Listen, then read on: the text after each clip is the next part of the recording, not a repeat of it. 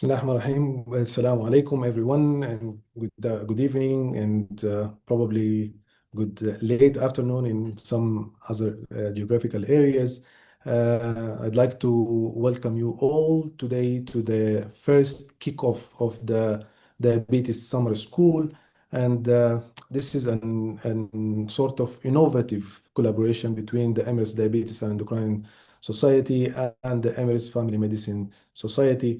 And during this sort of summer camp or summer school, that we will walk through different paradigms of diabetes, obesity, metabolic syndrome, and diabetes-related adverse outcomes, including cardiorenal and metabolic disorders. So today is the kickoff day, 14th of July, and we'll be having a wave every Tuesday for the upcoming 6 weeks. So you are all welcome to Summer School of Diabetes of the Emirates Diabetes Endocrine Society and the Emirates Family Medicine Society. And next slide, please.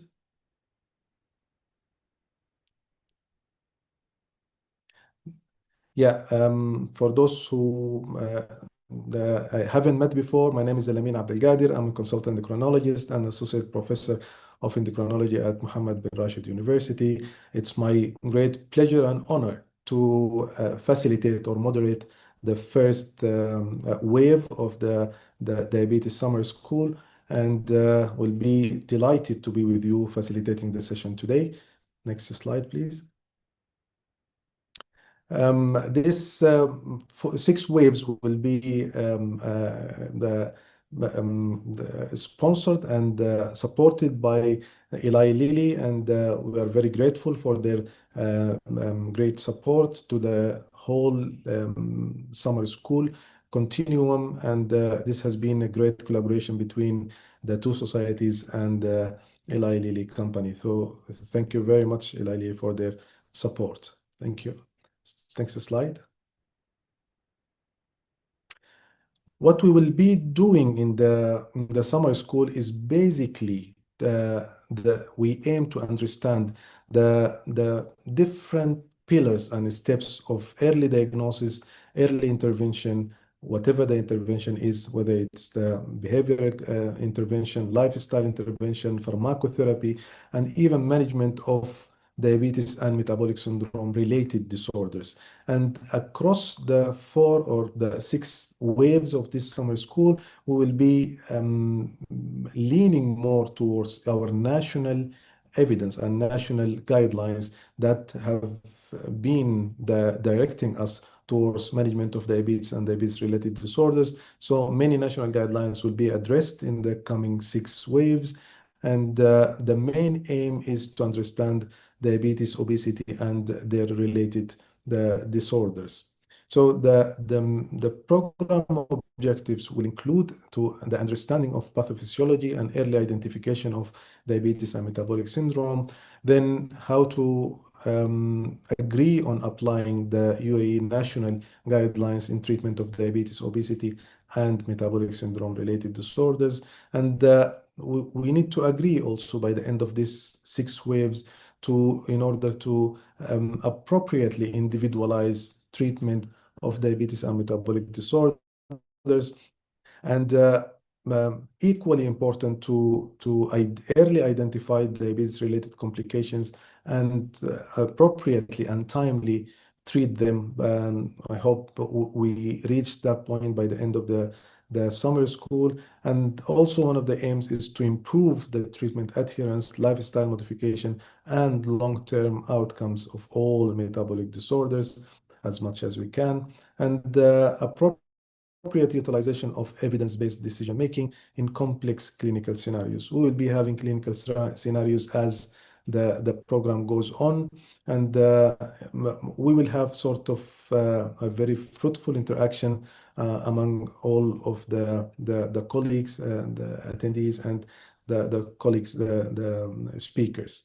So this will be a course over 6 weeks span, starting today, going for 6 weeks down the line. And we have sort of a roundtable discussion with our colleagues from family medicine and the internal medicine departments, the internists, the residents, and the fellows who are interested in the field of metabolic syndrome. And as we used to do in the EDS and the Emirates Family Medicine Society, this academic activity will be CME accredited.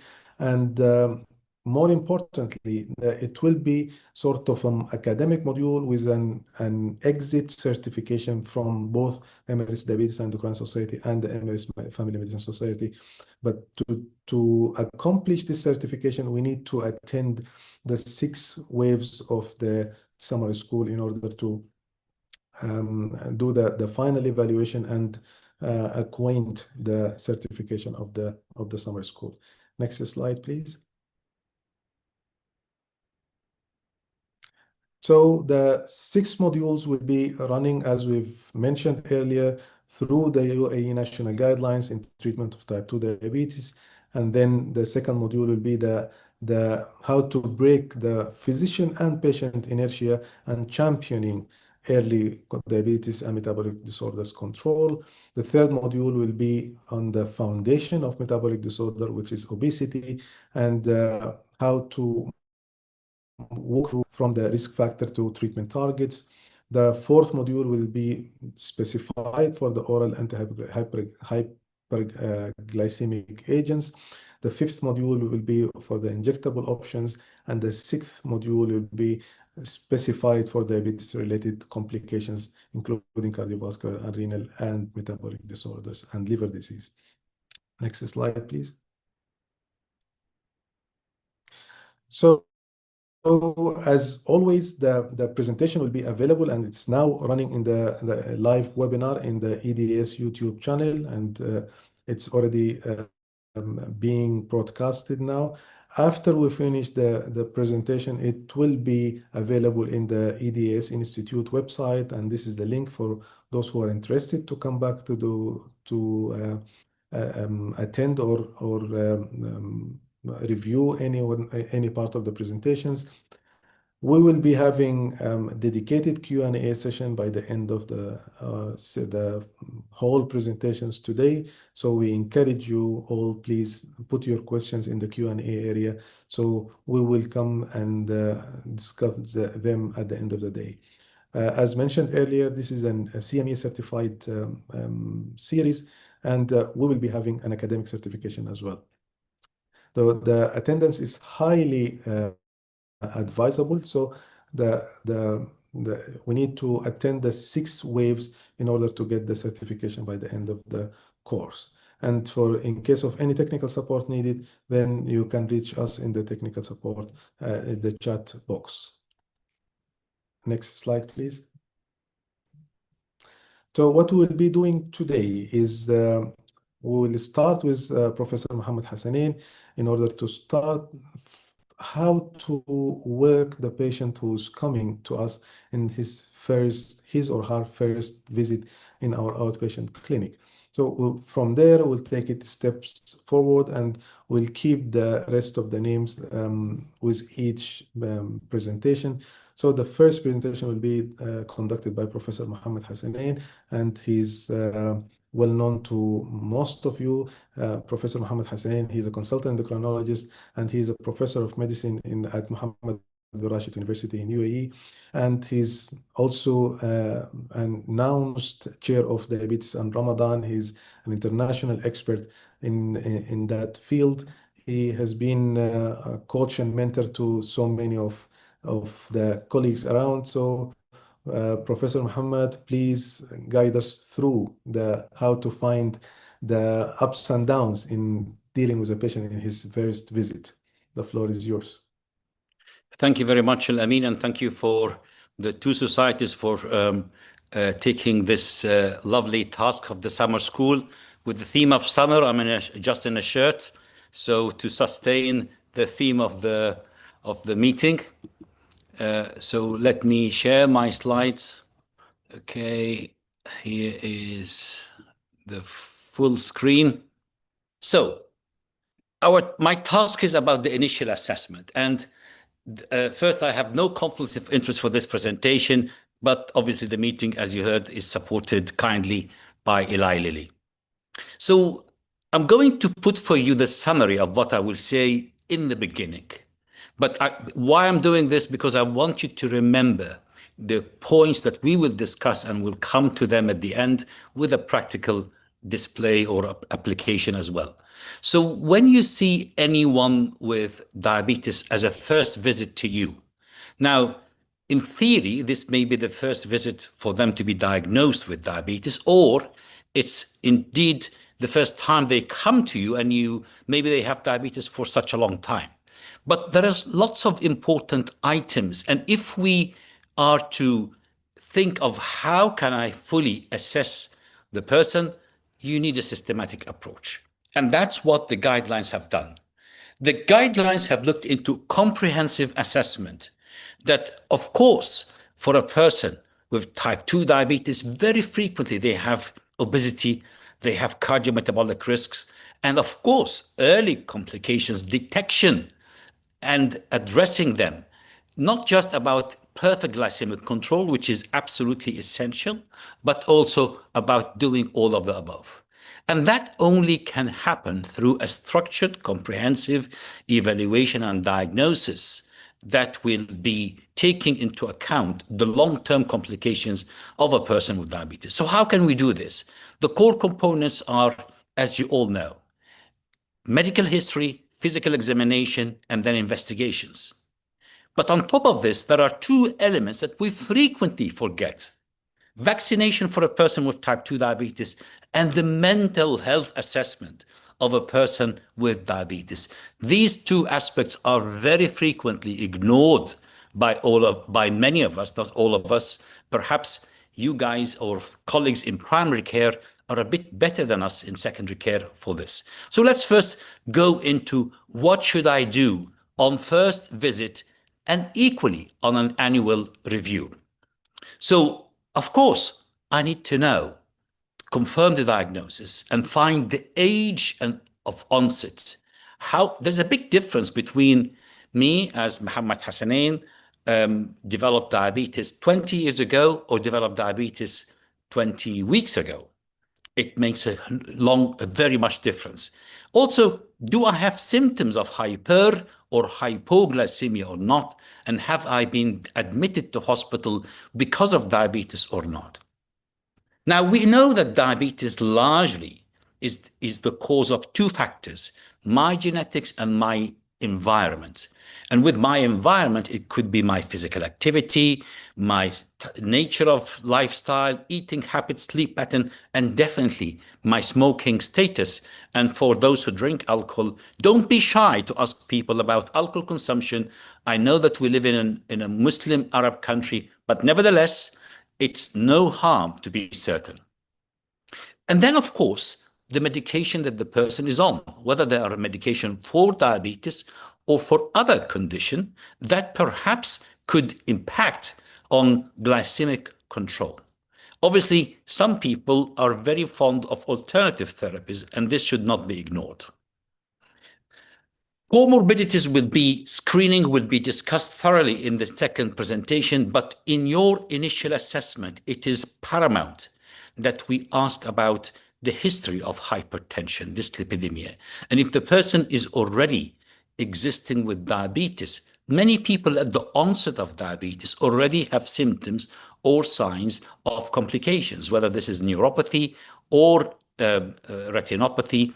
Of course, many people could have mental illness such as depression and anxiety, perhaps other conditions concomitant with diabetes and autoimmune condition such as thyroid disorders, as well as, of course, with obesity. Muscle is an important aspect, and infections. Now, vaccination history is very important, and we will come to discuss this, but it's important to document this. And if you were to say you don't have time, all of this could be done by a nurse assistant in clinic to ask the person about, have you had diabetes? What is your family history? What is your job? Who lives with you at home? Are you monitoring your blood glucose level or not? Asking them about the level of independence, and as well as, of course, of assessing their ability on digital technology.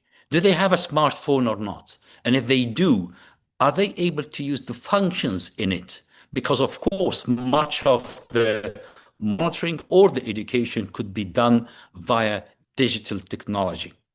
Certainly, the family history of conditions that can either related to diabetes or to the complications of diabetes are really quite important to address. Knowing the level of physical ability of the person or the level of disability, whether this is temporary or long-term, is really quite important. Don't forget the history of numbness and history of claudication. These are symptoms that very frequently get missed, unfortunately, because of the level of physical activity that many people in our community are doing is very limited. So it could be missed. And as we mentioned several times, questions the history. We need to question the history about mental illness. Some antipsychotic treatments can induce diabetes and certainly make it worse. Now, we're not suggesting that you stop it on your own, but perhaps a collaboration with the psychiatrist on the pros and cons of the individual drugs. And then come the following important aspect on the first visit. And I know that many people in clinic nowadays are not doing much of the examination, but on an annual basis, as well as the initial assessment, certainly we would need to do all of this. Some of it is done in clinic by the nurse, the weight, the height, the BMI, the waist circumference, the blood pressure, lying and standing, and that's quite important, as well as the pulse rate. And then we need to look into aspects that need to be done by us as clinicians. The injection site, of course, could be done by anyone, but that's for a person who perhaps is already on insulin or a type 1 diabetic. But we're talking about type 2 diabetes, but this point obviously applied to people on insulin for a long time. Fundal examination, peripheral artery examination are really quite important. Palpation of the peripheral pulses, the vibration sense, the 10-gram monofilament, and the ABI, the ankle brachial index. This is a very simple test, dear friends. It could be done in clinic by yourself or by the nurse in clinic with a simple demonstration, and I think this will be demonstrated more thoroughly in the following presentation. But having a proper assessment of the foot to assess the skin, whether there is infection, ulcers, gangrene, callus, peripheral pulses, the neuropathy tests, as well as the ABI, and certainly the retinal examination as well. Now, thyroid problems are frequent in people with diabetes, so feeling the neck would be quite important, and detecting any enlargement of the thyroid or nodules would be an important step. Of course, we need to then move to the examination of the cardiovascular, respiratory, abdomen, liver, and the limbs for edema, as well as the pulse and the lipodystrophy. Finished our examination, perhaps before or after, we need to have these standard blood tests. And I know that many of us have packages that would include, we need to include all of this. The lipid profile, I remind you again, does not need to be fasting except for the triglycerides. So you can ask your patient to do the lipids at any time of the day. It doesn't have to be fasting. But if you want to check the fasting glucose, then you might as well check the fasting lipids. Blood glucose level and HbA1c is very important. You need to be also mindful with the conditions that can make the HbA1c slightly false.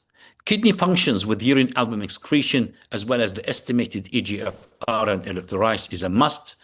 And then once a year, we need to have the liver function test, vitamin B12, the CBC, the thyroid test. The proBNP is really quite a useful test, and we have explained that in our guidelines. Maybe once in a lifetime, a lipoprotein A and ApoB in those who feel is at risk. Is it too much? Not at all. Most of us are doing most of these tests. Perhaps if we do them systematically and we have them at the initial assessment, you can see that some of them, because they're once in a lifetime, such as the lipoprotein A and the ApoB, you don't need them on an annual basis. But all the others, you would require them. Finishing this, you need to think of the vaccination. Now, we know that people with type 2 diabetes are at increased risk of vaccine preventable infections. We do that for kids, but we need to think of vulnerable people such as those in the older age group, as well as those with medical condition, NCDs that can put them at higher risk, such as influenza, pneumococcal disease, as well as hepatitis B. Now, we know that targeted infectious disease screening beyond routine protocols should be considered in people with diabetes. And assessment of the vaccination status is really part and parcel, specifically as we get older or in people with higher levels of risk, so that immunization would be very good. We all remember very well COVID, which was a few years back. But we also need to think of the annual influenza, pneumococcal vaccine, the hepatitis, as well as the DPT for people who are in the age of 50 or above.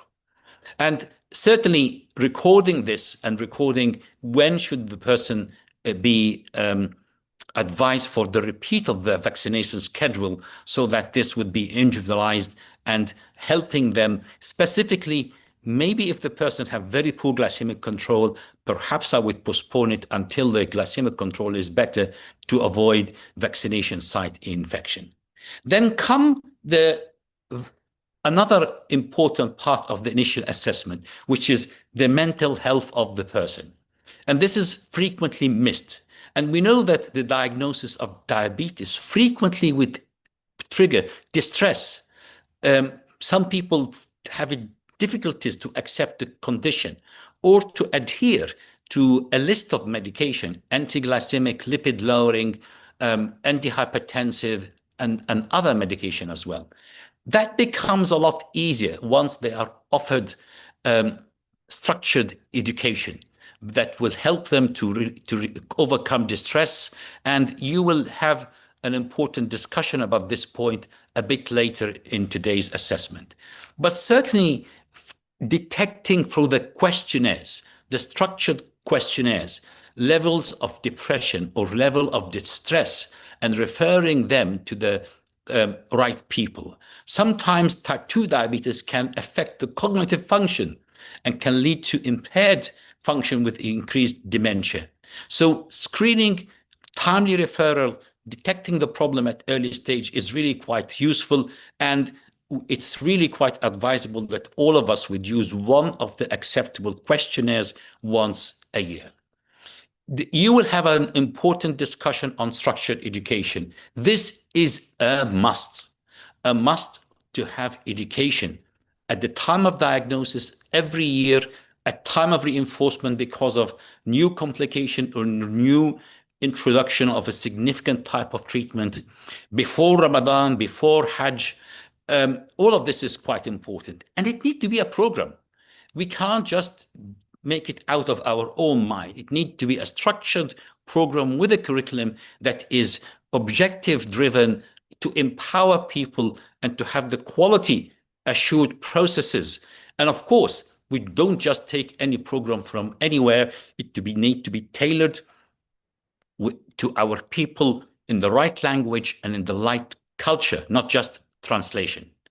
And of course, this really need to address the main issues, but I know that this will be addressed a bit later, so I'll jump on this point. So the key takeaway messages is you need to be having a comprehensive structured assessment that is based on the guidelines that goes way beyond the glycemic control, to include or the potential comorbidities and complications and risk. People need to be offered the education and need to be done in a systematic approach. Prevention of infections that could be prevented with the appropriate vaccination is really quite important. And of course, the assessment of the mental health and offering people individualized plans for follow-up. Now, I would like very quickly to demonstrate this in a simple case. I would like you to imagine that Ahmed, who is 53 years of age, come to you and for a routine test. Perhaps he is not really, as many are coming for a quick checkup. And his HbA1c has been 6.5 when checked last time. He works as an accountant. Like many men in our community are smokers. They have sedentary lifestyle. They're busy at work. They don't exercise. And his wife said that he snores loudly. I don't think that Ahmed volunteered this information himself. Ahmed has high blood pressure for a couple of years, but he never really took the medication because he wasn't convinced I need to take any medication. He does have family history of type 2 diabetes. His BMI is 34. Blood pressure today in clinic is 148/83. And you examined his chest and heart, and there was no abnormalities there. You repeated his lab, and it came to show an HbA1c of 6.6, fasting glucose of 135. You did his pro-BNP and it was normal. You did his ECG, it was normal. You did renal function, it was normal. You examined his feet and his eyes, and they are normal. And you did the lipid profile, which showed an LDL of 110, HDL of 43, and triglycerides. So let me summarize. This is a 53 years old man, recently diagnosed over the last 6 months with type 2 diabetes, not on medication for diabetes, notified about hypertension a couple of years ago, but not taking any medication. HbA1c is 6.6. Examination of the eyes, kidney, feet, heart, lungs are all normal. Lipid profile shows this, blood pressure 148/83. So I don't want you to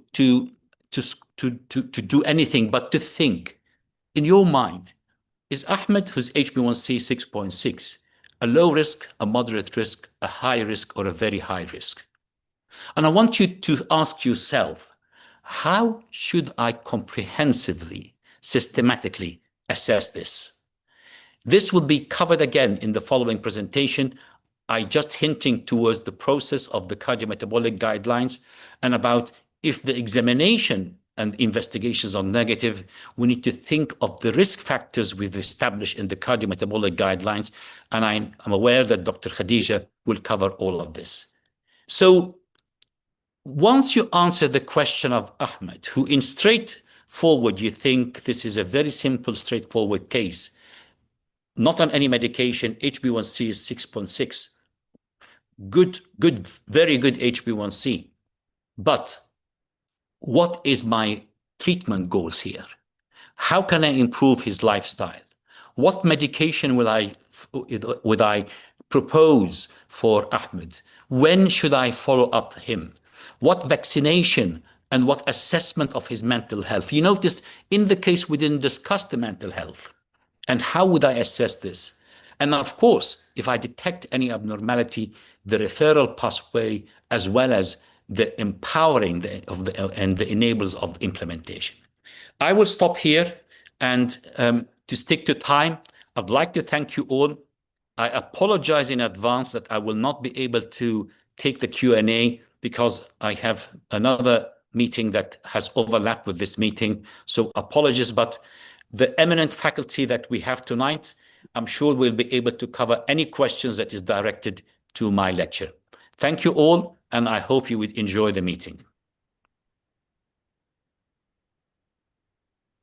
Thank you very much, Professor Hassanin. That was an amazing kickoff of the journey in the very early steps in managing people living with diabetes and potential cardiovascular insults. Thank you very much, and we'll back you up in the Q&A questions as much as we can. So moving forward, we are also delighted and honored to have my colleague and friend, Dr. Khadija Hafiz. And Dr. Khadija is also well known to almost all of you. She's an excellent academician, researcher, and practitioner. She's taking care of diabetes care in Rashid Hospital, where she serves as a consultant physician and diabetologist. She's the fellow of many eminent international societies, and she's a clinical professor of medicine at Mohammed bin Rashid University. Dr. Khadija will address today the complications survey and monitoring and the referral pathway when we detect any insult. So without any further ado, Dr. Khadija, the floor is yours. Assalamu alaikum, and thank you for a kind introduction. And let me take the opportunity as well to thank the organizers for inviting me to share in this very important diabetes school. It's also a great privilege to have been part of the guidelines committee. We've skipped one here. So the guideline is a really important document. It was a lot of fun being on the committee and debating about the things that we should include within the local context. We now have a very rigorous blueprint that is now important that we implement. And part of the reason of having these programs is to actually make sure that we can do that disseminated to all our colleagues. So the section that I am going to do is module 1, where we're going to look at how we can define those sort of appropriate intervals and components for monitoring of both glycemia, blood pressure, and lipids in adults with type 2 diabetes, how we can implement the structured surveillance of both renal, retinal, and food complications, and then recognize some of the clinical and laboratory triggers that would prompt an expedited referral to specialist services. You've already heard extensively about how to incorporate vaccination and cardiovascular. I will elaborate on cardiovascular risk modification, and you will be hearing more about patient education in terms of lifestyle changes with the coming talk in order to reduce the long-term cardiorenal metabolic burden. So before I do that, these are my disclosures. And I thought, what we need to do is probably start in the beginning about the diagnostic criteria. We all aware, the audience is quite aware that the prevalence of type 2 diabetes in the UAE is really quite high. It affects 1 in 9 adults here in our region. And there's a higher burden among men, particularly non-Emirati men.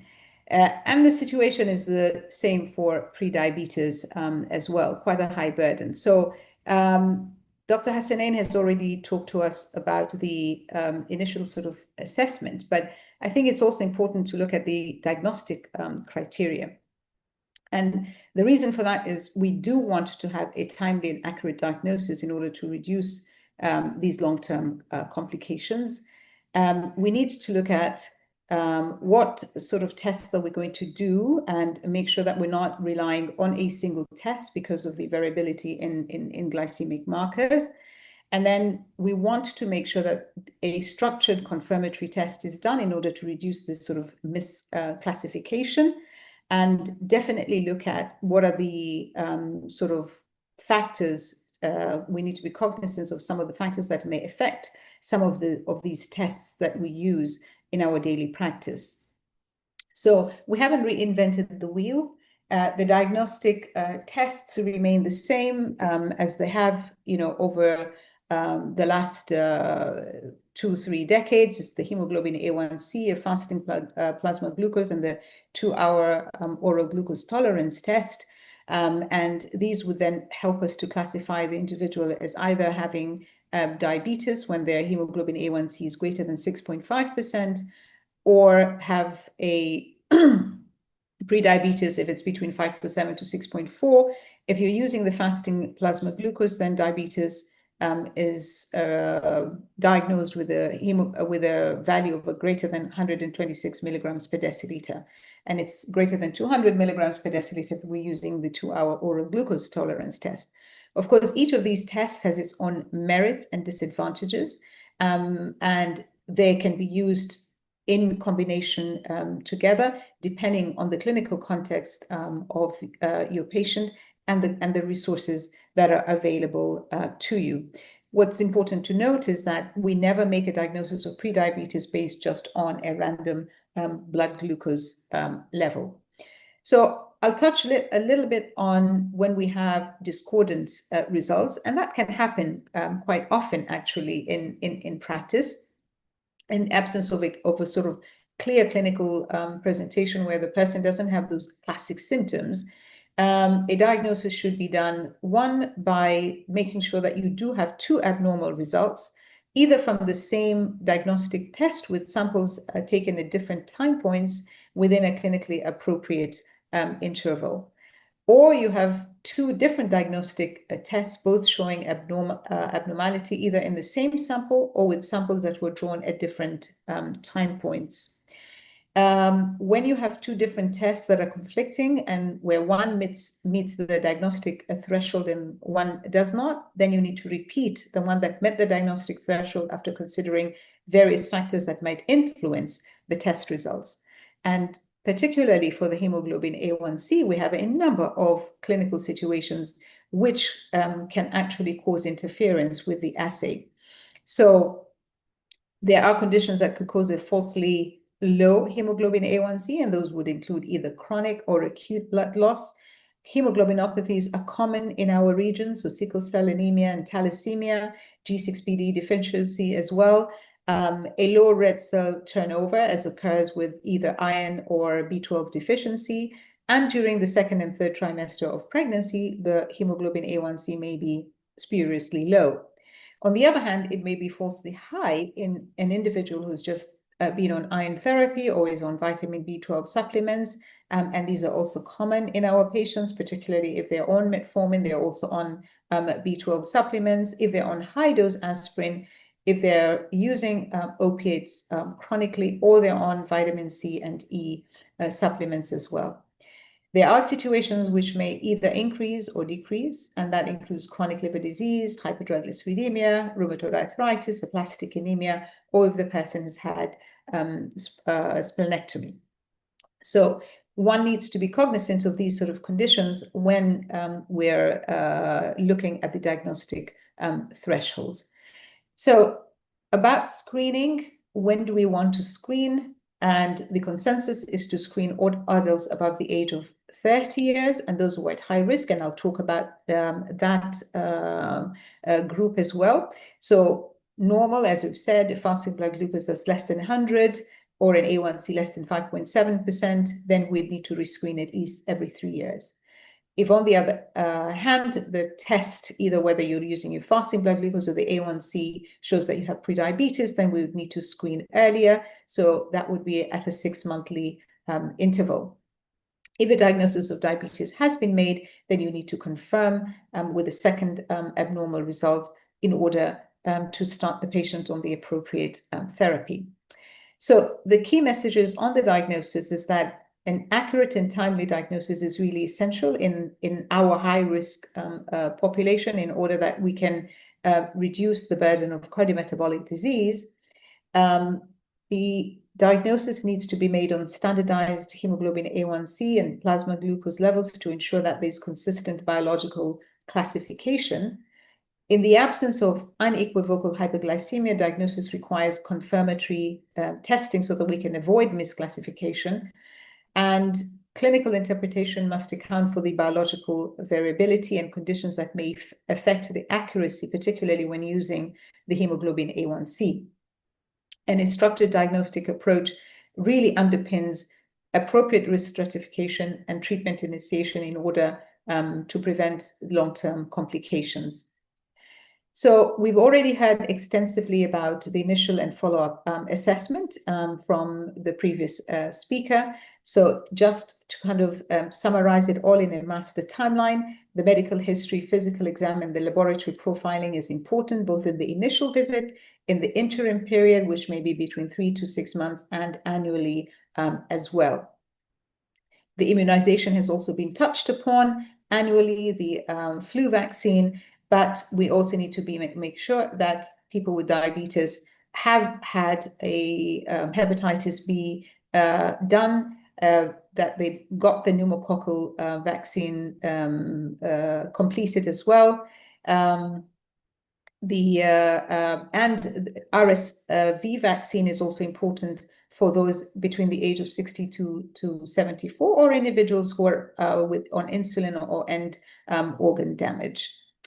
So moving on then, we need to have this comprehensive sort of diabetes continuum, as we are moving away from just being glucocentric and rather thinking about a risk-based strategy. So we've already touched upon psychological well-being. The mental health assessment needs to be done. I will elaborate on hepatic health as well. And then, of course, looking at cardiorenal metabolic health also. So now if we turn onto screening and the patient referral sort of pathways, we appreciate and recognize that prediabetes and diabetes are both critical public health priorities. And therefore, having this proactive and targeted screening is really positioned as a key prevention strategy. This approach supports the UAE's broader shift towards preventative population-based healthcare and therefore long-term health sustainability. Targeted screening enables our healthcare systems to not only intervene early, but to individualize care pathways and hopefully to reduce future complications. So we've really taken a sort of bold step in saying that we want to screen individuals at the age of 30. So this is universally, or earlier if you already have risk factors that would dictate earlier or more frequent screening. This is, in fact, if you looked at the guidelines, the ADA initially were 45 and then they brought it down to 40. Now they've brought it down to 35. But given the prevalence of the condition in our area and the fact that the disease burden is seen much earlier, the age at screening has really been brought down to 30 years of age. So who are the individuals that would fall in this sort of high risk category? So anybody who has had an abnormal test, so pre-diabetes, either an A1C that's greater than 5.7%, impaired glucose tolerance, or impaired fasting glucose previously. Adults who are either overweight or obesity, and if you're looking at the BMI, then it needs to be according to the ethnic threshold. So for people of Asian ancestry, it should be greater than 23 and not 25 as for Caucasians. Anybody who has a first-degree relative with diabetes warrants to have a screening test as well. If you've got low levels of HDL and high triglyceride levels, the presence of hypertension, physical inactivity, or high-risk ethnic groups. And that would, account for the majority of people living within the UAE. A history of cardiovascular disease, the presence of polyendocrine metabolic syndrome that was formerly PCOS. These women as well should be screened for diabetes. Other conditions that are associated with insulin resistance, such as severe obesity or acanthosis nigricans, when you have the cutaneous markers, the presence of obstructive sleep apnea, any woman who has had a macrosomic infant, the presence of psychiatric disorders, either bipolar, depression, mood disorders, a history of gestational diabetes, history of metabolic associated liver disease, and we've also included in the new guideline the presence of periodontal disease. That should also trigger for us to look for diabetes. Certain sort of high or atypical risk of developing diabetes occurs with patients with cystic fibrosis, patients who are on medications that would increase the risk for diabetes, so glucocorticoids, antipsychotic medications, and thiazide diuretics, patients who've had organ transplantation, individuals who've had pancreatitis, and those with HIV infection also warrant to have screening, even if they're not the age of 30. So I've put in here the algorithm for the management of prediabetes, but I think this is also going to be discussed more extensively. But if prediabetes is confirmed, then an intensive lifestyle program needs to be put in place, and Ms. Fatin is going to talk about that. If with the intensive lifestyle program, things do improve, then you can carry on. So that would be this side of the algorithm. On the other hand, if they don't improve, then you look at the patient's anthropometric measurements. If they're overweight and have obesity, then one would consider starting immediately on a GLP-1 receptor agonist or a dual GIP-GLP-1, or if they've got established cardiovascular coronary or CKD, they would need an SGLT2 inhibitor. If the answer is no towards overweight and obesity, then these are the individuals who could be started on metformin or pioglitazone and then assessed after 3 months. If the glycemic markers do improve, you continue with the same treatment and then repeat the diagnostic test. If they've developed diabetes, then you treat as diabetes. If not, then you continue with the plan that they're on. Now, the other sort of important assessment that needs to be done is, of course, the cardiometabolic screening. And who should be screening? Not just the people with type 2 diabetes, but anybody who has prediabetes as well. How do we screen? We need to have a detailed medical history that Dr. Mohammed already alluded to. So symptoms of cardiovascular disease, any symptoms of claudication and smoking status, and then a full physical examination that should include a retinal examination and the ABI, and then the investigations that should cover the kidney function, lipid profile, the liver function test, B12 levels for those that are treated with metformin, and should include also the ECG and proBNP, as has already been mentioned. A high sensitivity CRP may be included at the discretion of the physician. How frequently should we screen? For those with prediabetes, every 2 to 3 years based on their cardiovascular risk factors.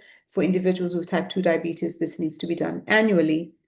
Who is considered screen positive? Anybody who has an abnormal test results, either in the physical examination, in the peripheral pulses, or ABI in the retinal examination, or in the clinical exam. So if they have got an abnormal ECG, an abnormal cardio biomarker, serum creatinine, the EGFR, and or ACR would be considered screen positive.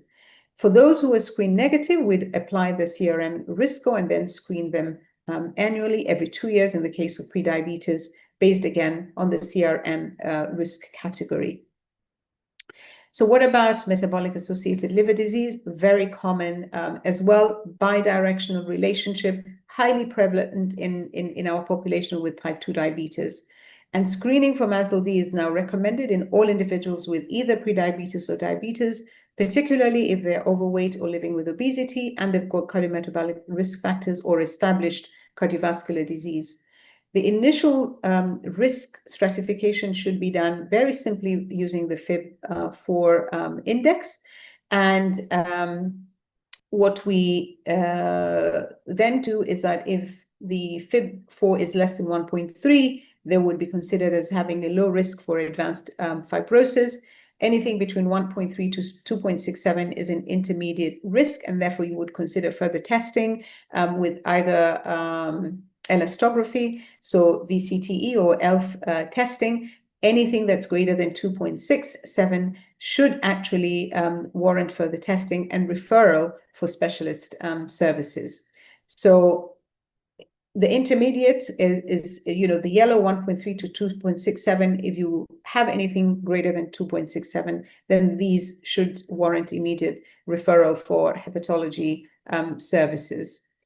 So it's important that, we sort of close the loop, and our gatekeepers are really the primary care physicians. They're really central to this care coordination to initiate and track referrals for individuals with both prediabetes and diabetes. We want to have this closed loop referral pathway so that we have timely access to appropriate specialist services and support multidisciplinary care. Closed loop pathways also confirm that the specialist consultations are completed, and these can be communicated and viewed within our electronic medical records. Continuous specialist involvement may be, of course, required for those individuals who have complex disease or have a higher risk for complications. So a closed loop referral model strengthens the continuity of care, it supports early detection of complications, and it enables this coordinated multidisciplinary sort of management. What are the sort of triggers for specialist referral? Inadequate glycemic control after 3 to 6 months, or the presence of hypoglycemia, the presence of either macro or microvascular complications. If you think that the patient requires to have advanced therapies, either pump therapy for type 1 diabetes or the addition of dual GLP-1 or GIP agonists, and if you detect any sort of psychosocial or therapy adherence barriers, it would be good to refer on the patients for specialist intervention. So the key takeaway message along screening is that early risk-based screening is really central to diabetes prevention, enabling a timely diagnosis, personalized care, and a cost-effective reduction of the complications. So initiated target screening, we said, remains at age 30. And this reflects the UAE's high-risk population profile. Comprehensive screening extends beyond just glycemia, where need to incorporate a cardiorenal metabolic risk and look at the hepatic health as well. We've just mentioned that a closed-loop referral system is really important to coordinate this sort of multidisciplinary management. So screen early, assess the risk holistically, and close the loop in order to prevent progression and complications. With that, I'd like to thank you for your attention. Look forward to the questions during the panel discussion, and I will hand it over back to our chair. Thank you very much, Dr. Khadija, for this fascinating overview on the surveillance of the diabetes-related complications and making the life easier in adopting the clinical pathway in referring patients between different disciplines in clinical practice. I may need the okay to open my camera, please, MCI team. Our next speaker will be Ms. Fatin Bayado. Ms. Fatin is a multitasker, colleague and friend. She's a registered clinical dietitian. She's a certified diabetes educator, and she is a certified lifestyle management specialist as well. So Ms. Bayado has also co-authored with many of us in the National Diabetes Guidelines in 2026. And today she is the best person to address the lifestyle management and in dealing with weight management and treatment targets for obesity. Ms. Fatin, without any further ado, please, the floor is yours.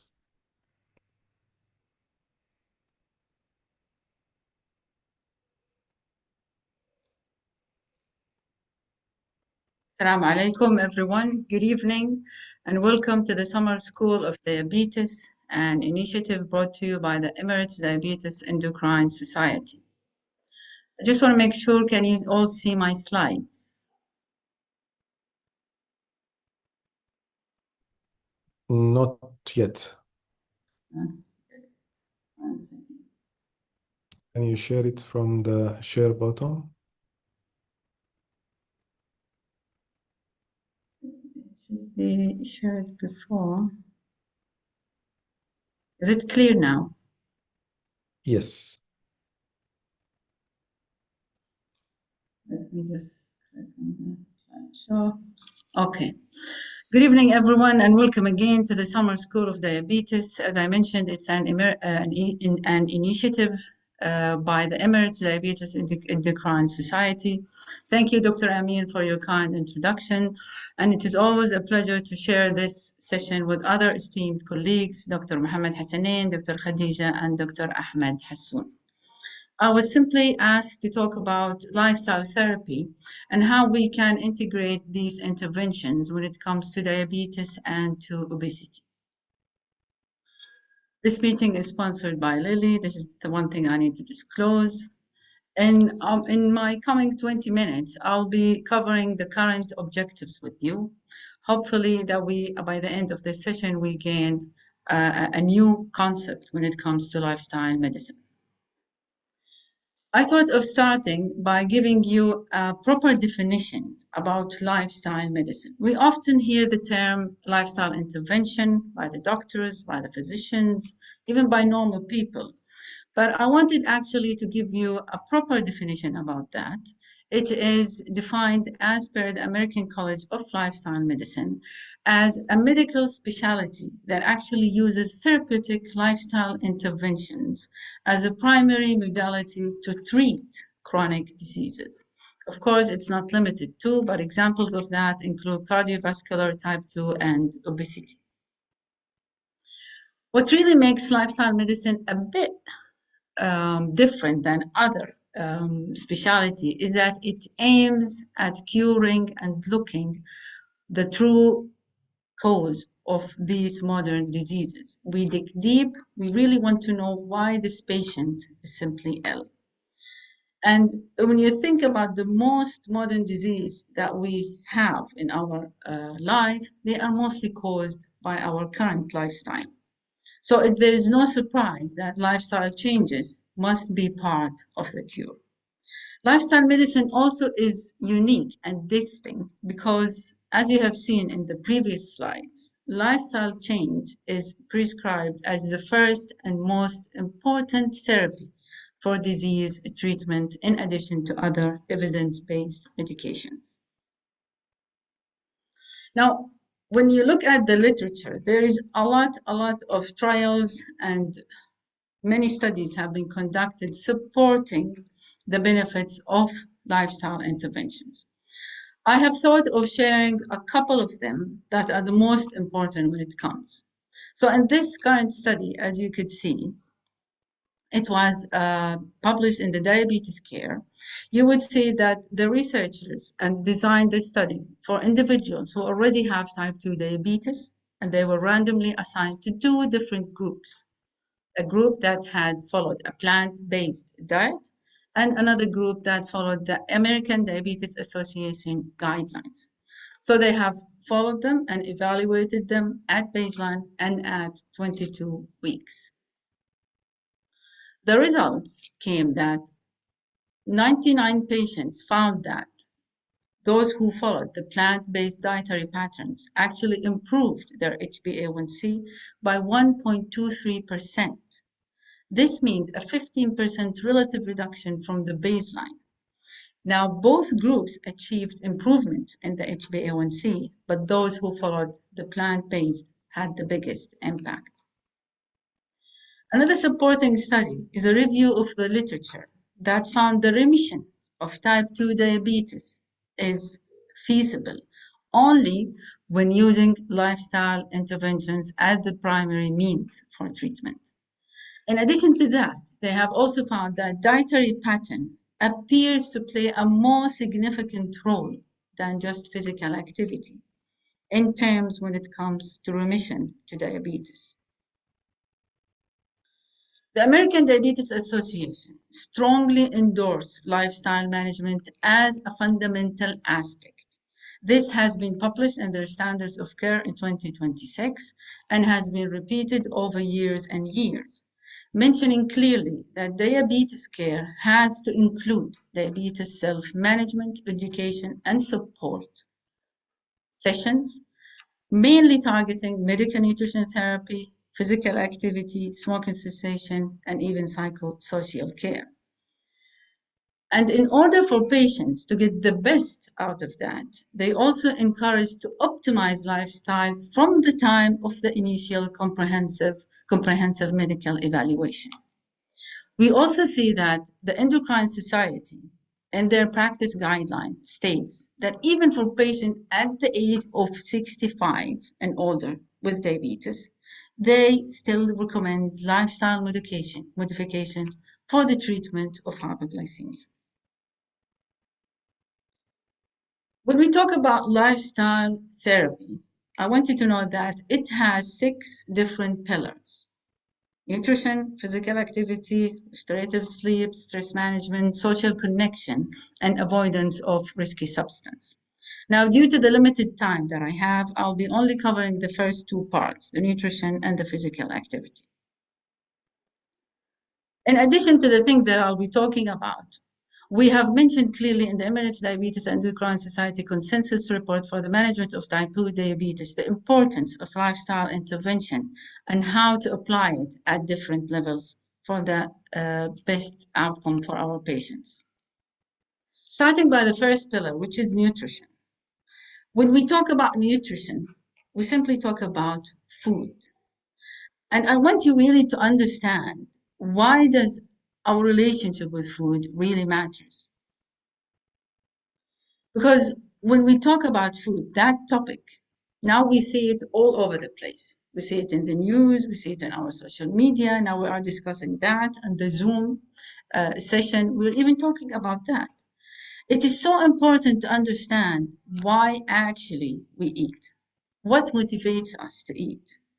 Do we only eat because of boredom, because it has become a habit?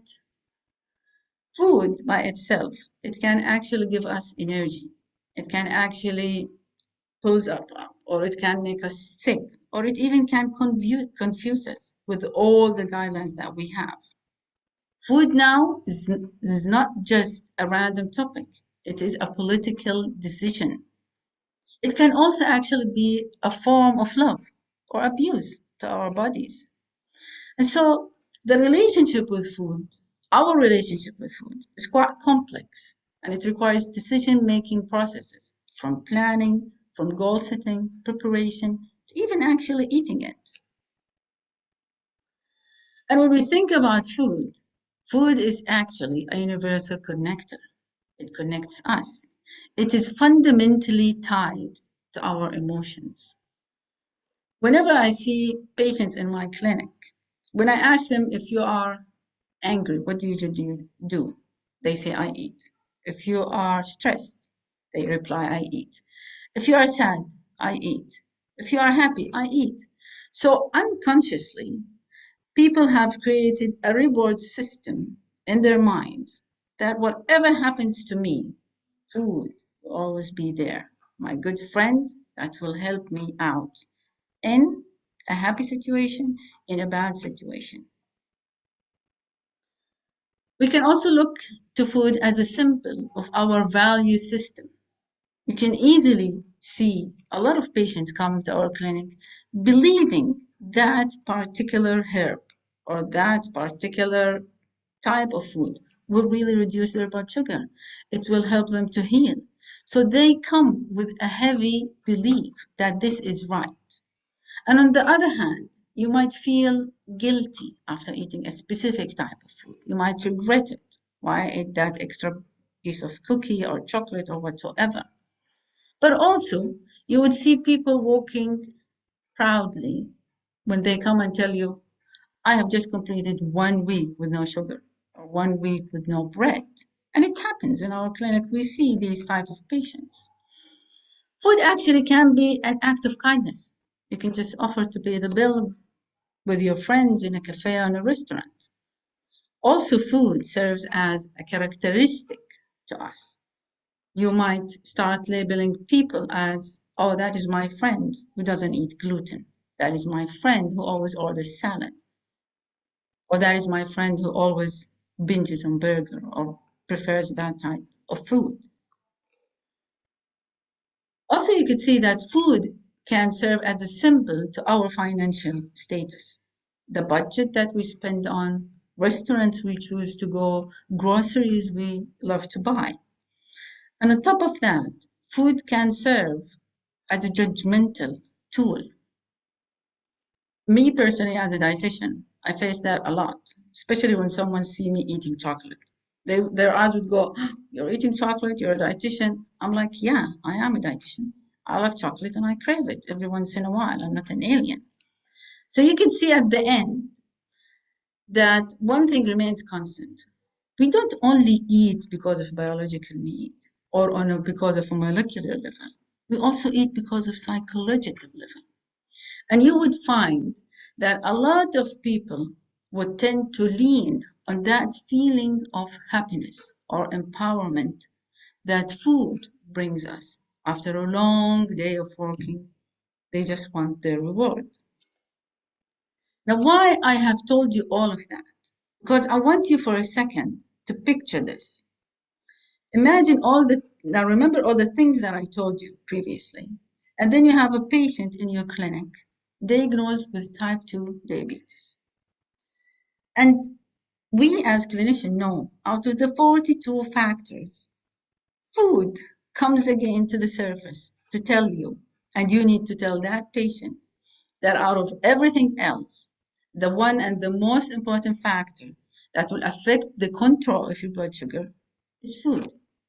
So imagine that patient, you telling them that information, and they would go in their back brain, let's say, about all of the things that they have came across in relationship with food. For someone who has been drinking karak for the past 30 years, you would come and tell them now, you need to change that. That doesn't work with you. For someone who has been, let's say, eating bread every day for the past 25 or 30 years, you would just come and tell them, sorry, that meal is not included in your prescription diet. But what I do and what I believe is this approach actually does not work. When you bring a person diagnosed with a chronic disease that requires chronic treatment for the last day of their life, and you would just come and steal away that bond with food, that amazing relationship, let's say, warm relationship, and just tell them you need to stop eating your mom's food or whatever. I don't believe in reality it works. We see guidelines, we read through them, but those are guidelines. Those are things written in the book, and we love to publish them and educate our patients about them. But in reality, this actually does not happen. We need to be honest with ourselves that we are still facing problems and issues with patient adherence and patient compliance. And perhaps that actually explains why unhealthy patient lifestyles persist even after medical problems arise. Have you ever asked yourself how many diabetic patients do actually follow what we tell them? Or do they actually accept those guidelines? How many patients have you seen with heart disease and they still continue to smoke? Or how many people you educate them about adding new items to their diet, but they still don't do it? And so when it comes to nutrition, when it comes to that essential part for all types of patients, I try to simplify things. If you go to any nutritional book and you open it and you look for the word diet, it's simply defined as the foods habitually eaten by an individual or group that includes all major macronutrients and micronutrients. It's as simple as that. So in my own practice, what I tell my patient, I always emphasize simplicity, even when it comes to diet. I tell them in simple words, when they come and say, so what should I eat as someone who has been diagnosed with diabetes? I would simply tell them to focus on whole, nutrient-dense foods, protein, dairy, vegetables, fruits, healthy fat, whatever God has created for us. We ask them to limit processed food, which are man-made. We ask them to limit any added sugar, artificial additives, and just spare them for some specific occasions. Now, with the current storm and tsunami, with the use of GLP-1s, prioritizing protein at every meal is a must. And we also tend to focus, when we give these prescriptions, about nutrition adequacy across every stage of life.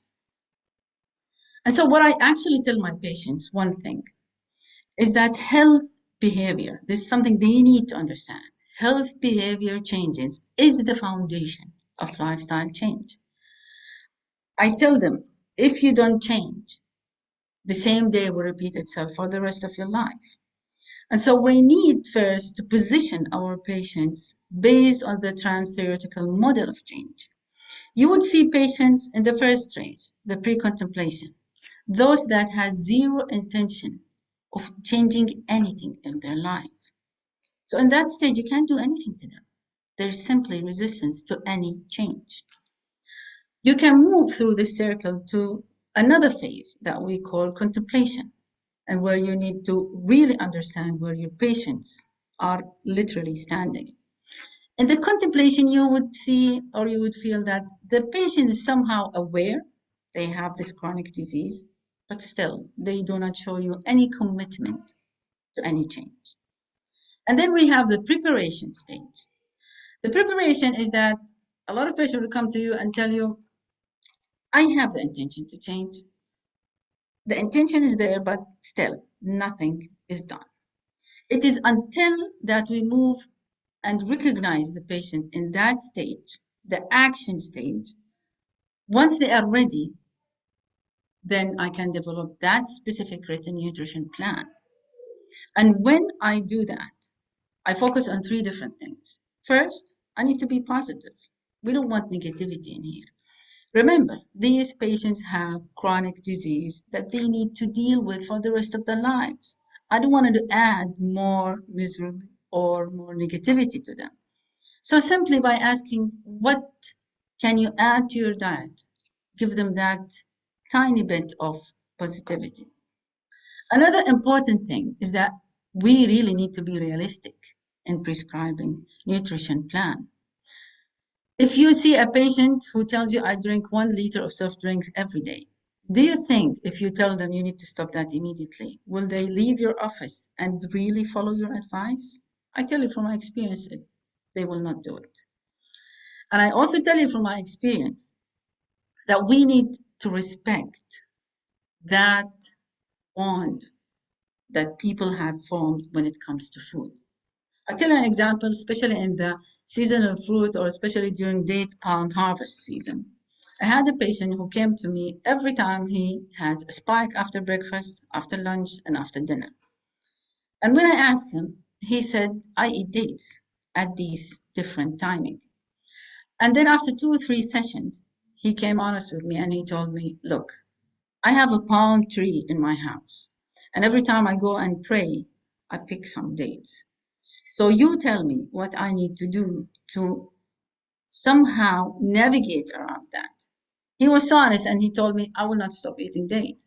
So eventually we have agreed that instead of eating 20 or 30 pieces per day, to reduce them to 3 to 7. And once you really assess your patient readiness to change, you will base your goals based on their readiness to change, especially when you feel the level of confidence in them. When they tell you, yes, I'm fully prepared, I can do it, I just need your help.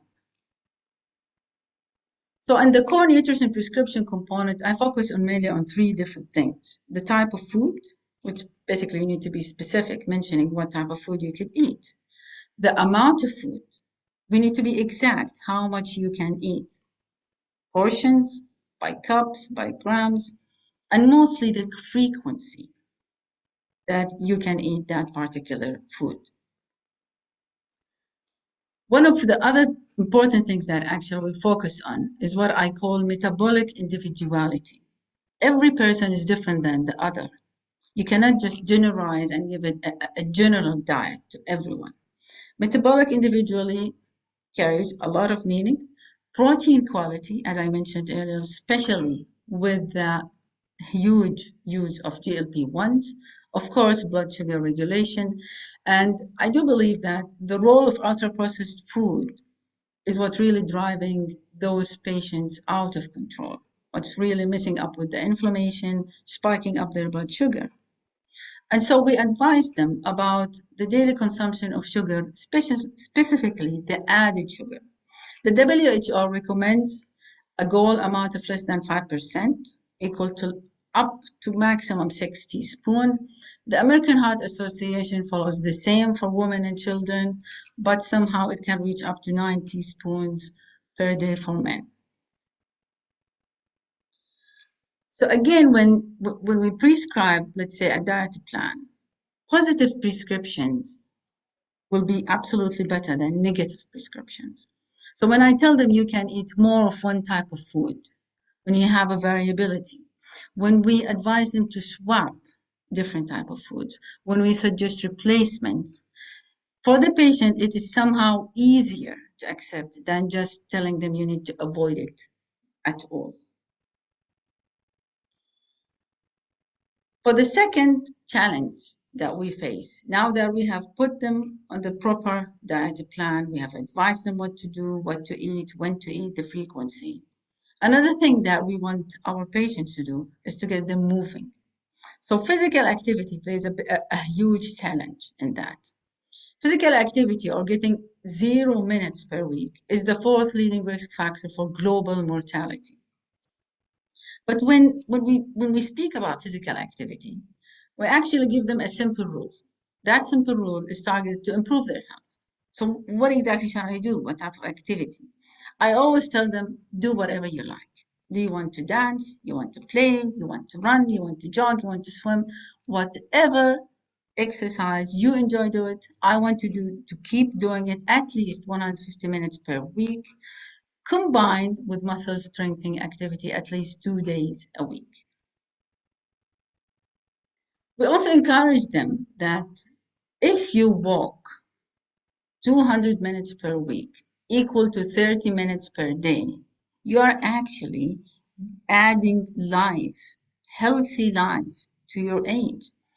Just 30 minutes per day gives you plus 30 years of life gained. 60 minutes per day walking gives you around 4 years of life gained.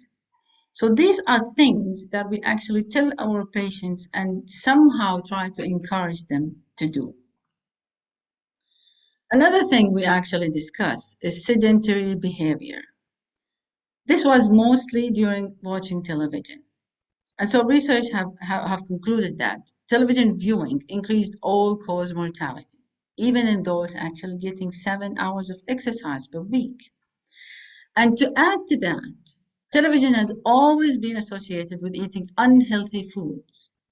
I mean, when you think about it, with someone staying late watching a movie, I don't think they would be holding a plate of broccoli. Definitely they'll be holding a plate of popcorn. I don't know what is that, nuts, whatever. So it is usually associated with unhealthy eating. Another important thing that we need to mention about sitting is that this study that was harmonized data from over 1 million men and women that highlighted the following takeaways.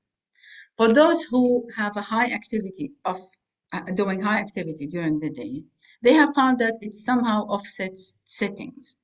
But when it came to TV viewing, it was a separate risk. Prolonged TV watching was associated with increased mortality risk, regardless of overall physical activity level. And they have also included that the inactive risks, compared to those who have sat 8 or more hours, those who was the least active had the least effect when it comes to mortality. So when you think about it, a daily gym session, 20, 30 minutes, does not actually offset the 7 or 8 hours at desktop. And most workers, they don't only sit for 8 or 10. Sometimes we sit for 12 and 14 hours. And what's really nice that we try to encourage our patients is that research has shown that even 1 minute to 3 minutes only of stair climbing, brisk walking, or even simple, body weight movement can actually improve post-meal glucose. And so a simple advice that I give my patient, even a few minutes every hour, moving from your chair, going and bringing your, I don't know, a cup of water or a cup of tea, does more metabolically to your body than just one gym session followed, unfortunately, by 8 to 10 hours of uninterrupted sitting. It is the same when it comes to physical activity. Be prepared anytime you discuss exercise, the excuse will be there. So we put it in a table, and we explain it to the patient. We tell them specifically how much you can do, for how long, and how often. And then you need to suggest and you need to brainstorm with them. If you can walk with your neighbor, if your friend, your spouse, you need to discuss also where to walk. Is it around the neighborhood? Is it in a nearby mall? We also love to discuss when actually is the best time for you to perform that physical activity, and finding a support system actually really works better. For example, telling them your spouse can remind you to walk. As I mentioned earlier, a lot of patients would come with barriers and excuses. I'm tired after work, I don't have time. But when you put it in a plan and you give it to him and explain it to him, they somehow start to be motivated to do it. And so when we have patients with type 2 diabetes, and if we want to individualize their HbA1c and weight loss targets, we go through it as their age, we go through it as their recent diabetes, the risk of hypoglycemia. Of course, we want everyone to be well controlled between 6.5 and 7, but it also depends on how safely we can achieve that. When we think about patients with diabetes, mostly they would come with different comorbidities. Obesity, we need to think about it. When should it be the primary therapeutic target according to the following criteria? Also, the ADA recommends considering metabolic surgery for adults with type 2 diabetes after going through the lifestyle intervention, after the medication. If they still do not achieve proper control, the ADA recommends the following criteria for those who could be eligible for metabolic surgery. Also, with people with obesity, the American Society for Metabolic and Bariatric Surgery and Obesity Society, those are their current recommendation for people who are willing to undergo bariatric surgery. Now, in conclusion, I just want you to know that lifestyle medicine requires patient engagement, continuous engagement, and responsibility. They need to hold responsibility for the outcomes to be in their own favor. Remember that treatments are long-term because we are dealing with chronic diseases. Lifestyle medicine intervention, when you think about it, they are generally not that expensive, and that's a bonus for it. Lifestyle practices and health habits, changing actually health habits, these are the most important determinants of positive health outcomes, because improving unhealthy behavior remains the foundational to effective medical care and disease prevention, on top of that, health promotion. And for us as clinicians, in order to achieve these, we need to have two things in our mind: trust, relationship between the provider and the patient.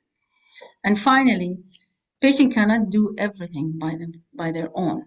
They need to receive the support from the multidisciplinary team, loved ones, and even the greater community. Thank you very much for listening.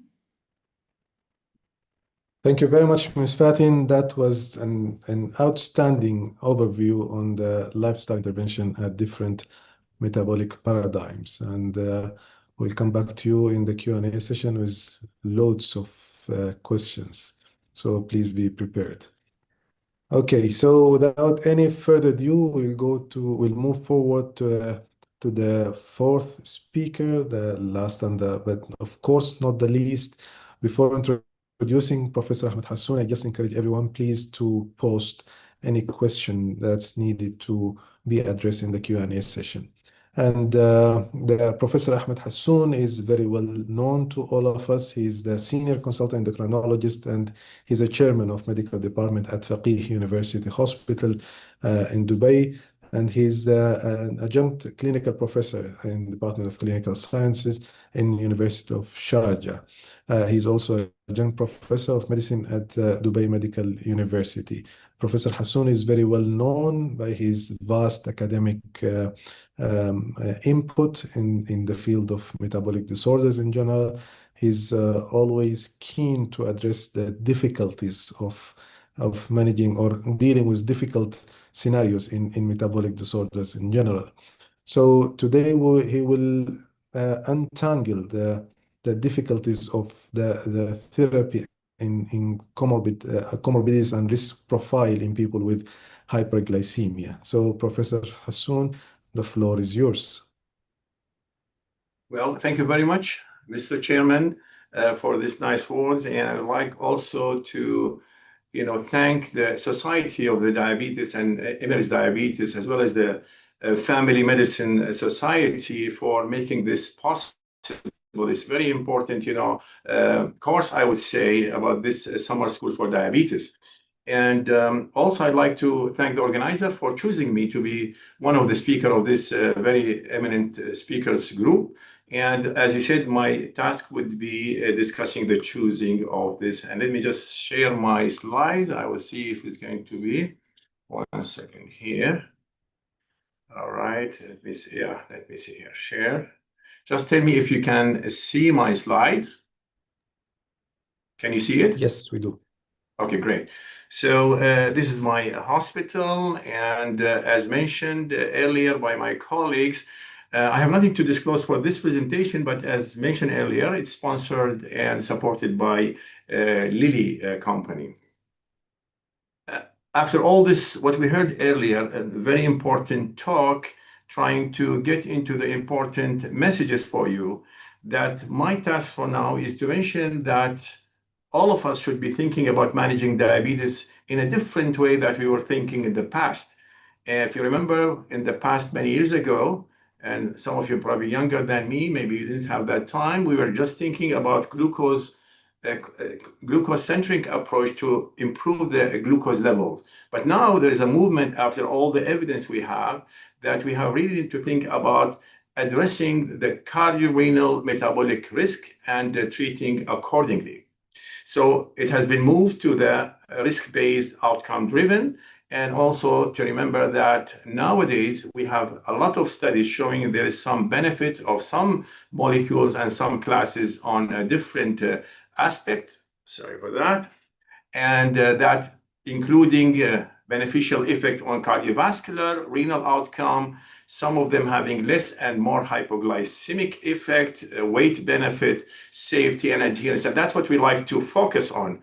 And the evidence, as mentioned, I'm sure that you're aware of, that many studies have looked into the cardiovascular outcome and showed that there is now significant evidence for that. And that's what we are trying to address in this presentation and also in the whole coming future sessions. Now, also have been found that GLP-1 receptor agonists, SGLT2 inhibitors also have shown this beneficial effect and protection on cardiovascular system as well as the kidney, in addition to their beneficial effect on the glycemic control.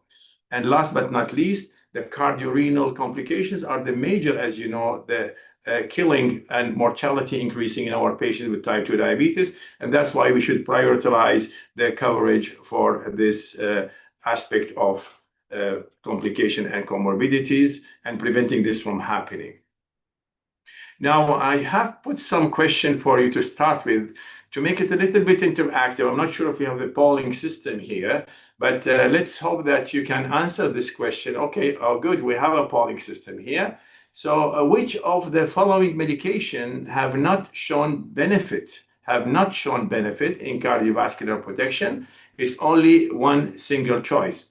I want you to think about it, and you have probably 10 seconds to put your answers. And I think you put it, I don't know how you're going to put it, maybe in the chat or maybe they have another system, but these are the included medication: canagliflozin, ertugliflozin, liraglutide, and dulaglutide.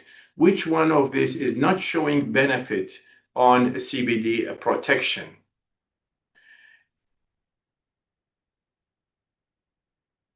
Okay, the organizer looking into that. Okay, and maybe we'll see how many minutes we need. Maybe only 1.5 minutes is good enough so that we can save time. So it looks like here there is almost equal with the majority, probably I would say, looking into ertugliflozin, but the others mentioning all the others also. So there is a division here in this. So I think let's move into the second question. Okay, so here's the second question. Again, which of the following medication have not shown benefit in heart failure protection? Since I'm going to talking about medication, I would like you to think about it, and then we will discuss it further, and we come back to these questions. So try to answer it before we discuss in details these medications. So which one of these have not shown benefit in heart failure protection?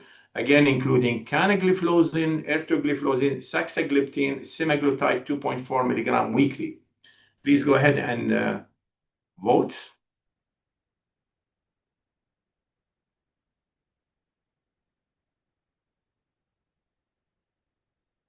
Can we see the vote? Okay, we have majority of people considering saxagliptin is the one, and others are divided between the other molecules, canagliflozin, erto, and semaglutide. Okay, let's move to the next question. I think the last question. Okay, so again, this is another question about which one is not showing benefit on chronic kidney disease protection, and these include here, the choices are canagliflozin, sitagliptin, empagliflozin, semaglutide 1 milligram weekly. Which one is not showing benefit in chronic kidney disease protection? Go ahead and vote.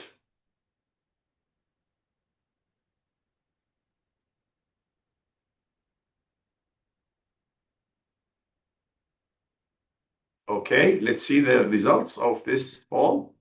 And we see here that sitagliptin has the majority, and also the other divided between cana, empa, and semaglutide.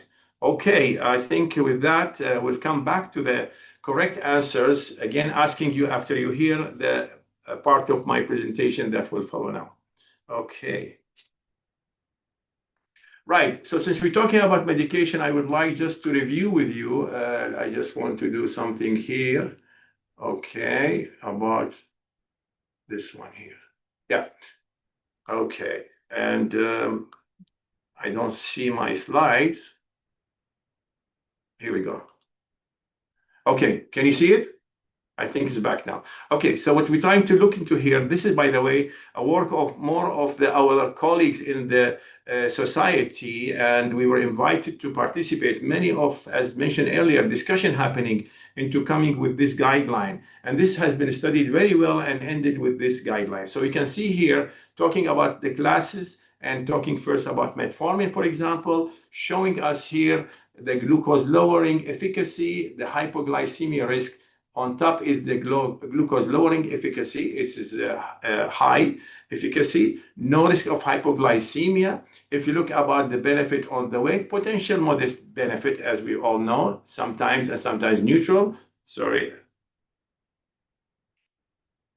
And if you look at the MACE and cardiovascular protection, there is potential benefit, but not very strong, like other medication. Looking into heart failure and CKD and MASH, they are neutral effect. If you look at the SGLT2 group that we always know talking about them, you see that the glucose lowering efficacy is again between intermediate and high, and also they don't have risk of hypoglycemia. Looking at the weight, they have intermediate loss benefit. And if you look at the cardiovascular, you can see that canagliflozin and empagliflozin have shown significant benefit on cardiovascular protection. If you look into the heart failure, you can see the whole group of cana, empa, dapa, and ertugliflozin have beneficial effect on heart failure. If you look at the CKD progression, you can see three of them, cana, empa, and dapa, showing CKD progression benefits or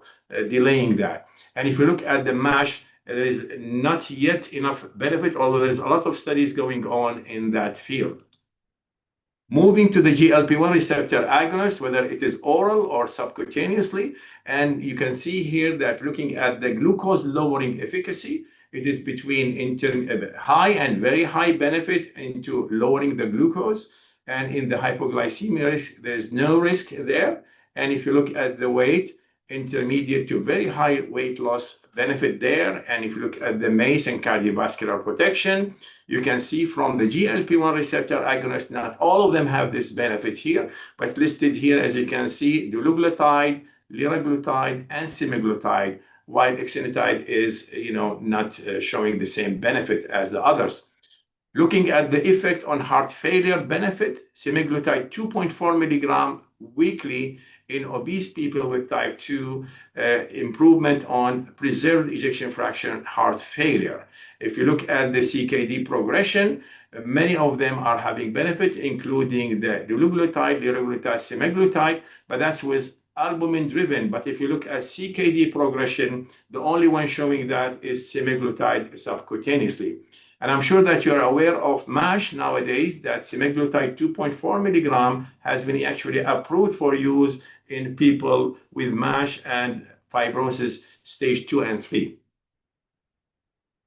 Moving to the newcomer here, the tirzepatide, which is only one drug currently in the dual GIP-GLP receptor agonist. You can see it's probably the strongest in glucose lowering efficacy, and again, no hypoglycemia risk. For the weight, probably again, compared to the others, it's a very high weight reduction with the use of tirzepatide.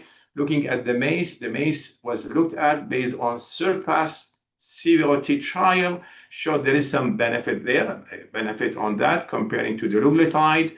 It was not inferior, but that was resulted in benefit because the dulaglutide have the benefit.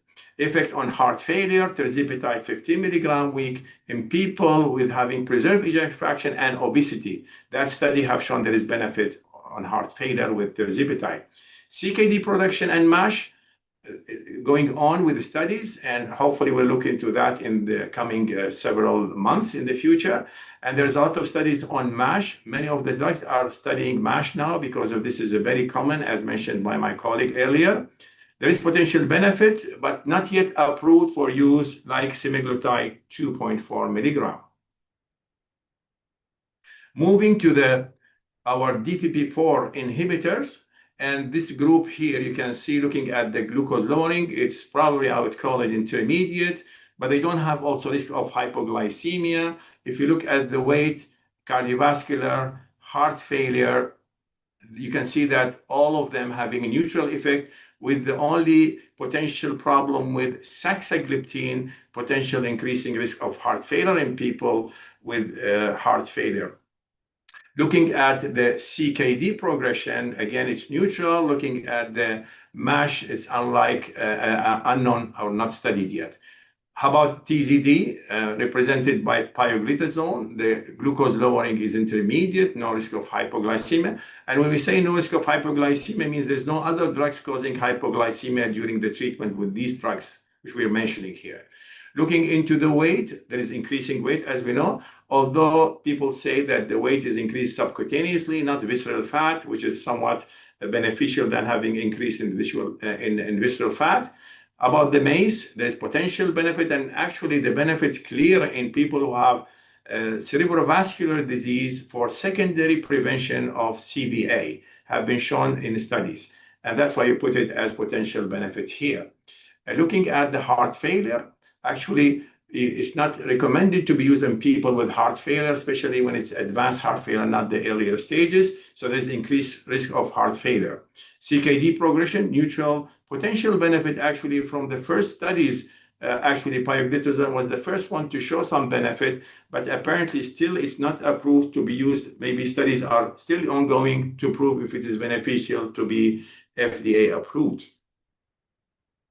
How about the last two? We have sulfonylurea, second generation group, and you can probably expect that hypoglycemia risk is moderate to severe. Glucose lowering also is, I would call it high.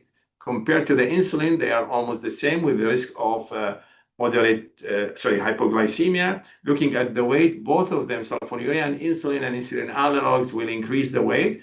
Looking at benefit on cardiovascular or heart failure or CKD production, there is no proven benefit, so they were neutral effect, and they were not studied for MASH and fibrosis of the liver, both of them.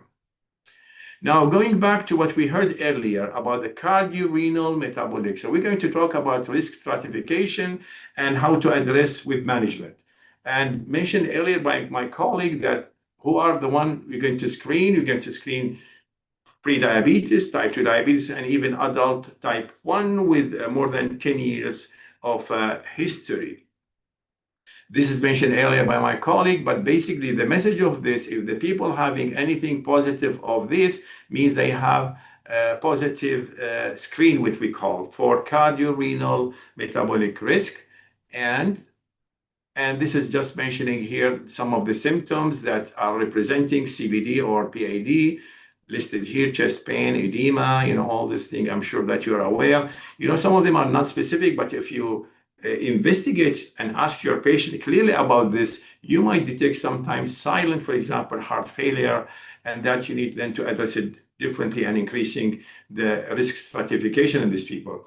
And this showing on the right side, the ankle brachial index ABI, basically measuring the right arm, left arm, measuring the right ankle systolic pressure, left ankle, and looking at the difference. You can see on the right side, for example, the pressure in the posterior tibial and the dorsalis pedis was low, 64 and 68. And if you divide the one on the arm, you can see that it is low. Actually, 0.9 even is considered low and considered diagnostic of peripheral vascular disease. And this really, as mentioned earlier, needs to be done, and it can be done easily by our nurses. And sometimes we have the new advanced machines that can do it automatically. And again, this is mentioned earlier, annually should be addressed, and people with pre-diabetes every 2 to 3 years to be, again, repeated again. And considered positive, as we said earlier, those who have positive findings in the examination or the investigations as mentioned here, for example. Now, management, I think my colleague, my colleague, Dr. Khadija, sorry, she mentioned that, and I would like to run it quickly. This took a lot of discussion in our guidelines, but again, so early intervention, as mentioned, is primarily through, as my colleague Fatin also said, is lifestyle modification, which we can prevent type 2 diabetes, as mentioned earlier. And some cases, can be even reversing the disease, as also mentioned by Ms. Fatin. It can also improve the health of parameters associated, for example, with muscle D and renal disease, as well as cardiovascular. So this is the algorithm that you have already seen it, a little bit colored. I like color always to put. And again, I will not repeat except to mention that, intensive lifestyle modification is the starting point. And that's very important. You need to do it at least 3 months. And if you find that people with pre-diabetes, if you repeat their testing, including what mentioned here, fasting, plasma glucose, OGT, HbA1c, did not improve or improve. So it is improved, then you continue with your lifestyle modification and continue periodically checking on that, hopefully to continue if it's always in good and improvement. Now, if there is no improvement, then again, we divide the group into overweight and obese people. And if they have obesity or overweight, then you need to go into, as mentioned earlier, GLP-1 dual agonist, SGLT2, especially these people, many of them have a cardiovascular risk, and you need to address it by using this medication. Now, if you don't, you start with the metformin and pioglitazone, reassess. If glycemic markers improve, then continue the current treatment. If not, again, go back to the GLP-1 arm and SGLT2. Now you continue treatment, continue to do this periodically every 3 to 6 months. And again, if you find the patient have worsening and develop diabetes, again, you're going to move to the diabetes algorithm management. And if no, then you continue what you are currently doing. Now, again, management based on the cardiorenal metabolic risk screening mentioned earlier by my colleague. We said earlier how to manage those with positive. You need to refer them, as mentioned earlier, to the specialists who are more focusing into addressing such type of patient with the high risk or different risk, depends on how capable are you to take care of that? And I'm sure most of you will be able to do, because most of the cases are going to be seen by our primary care friends. Address lifestyle, smoking cessation, dietary, increasing activity, and looking into adequate sleeping advices. Stratify these individuals as very high risk. So these are the ones who are, we said, positive screen.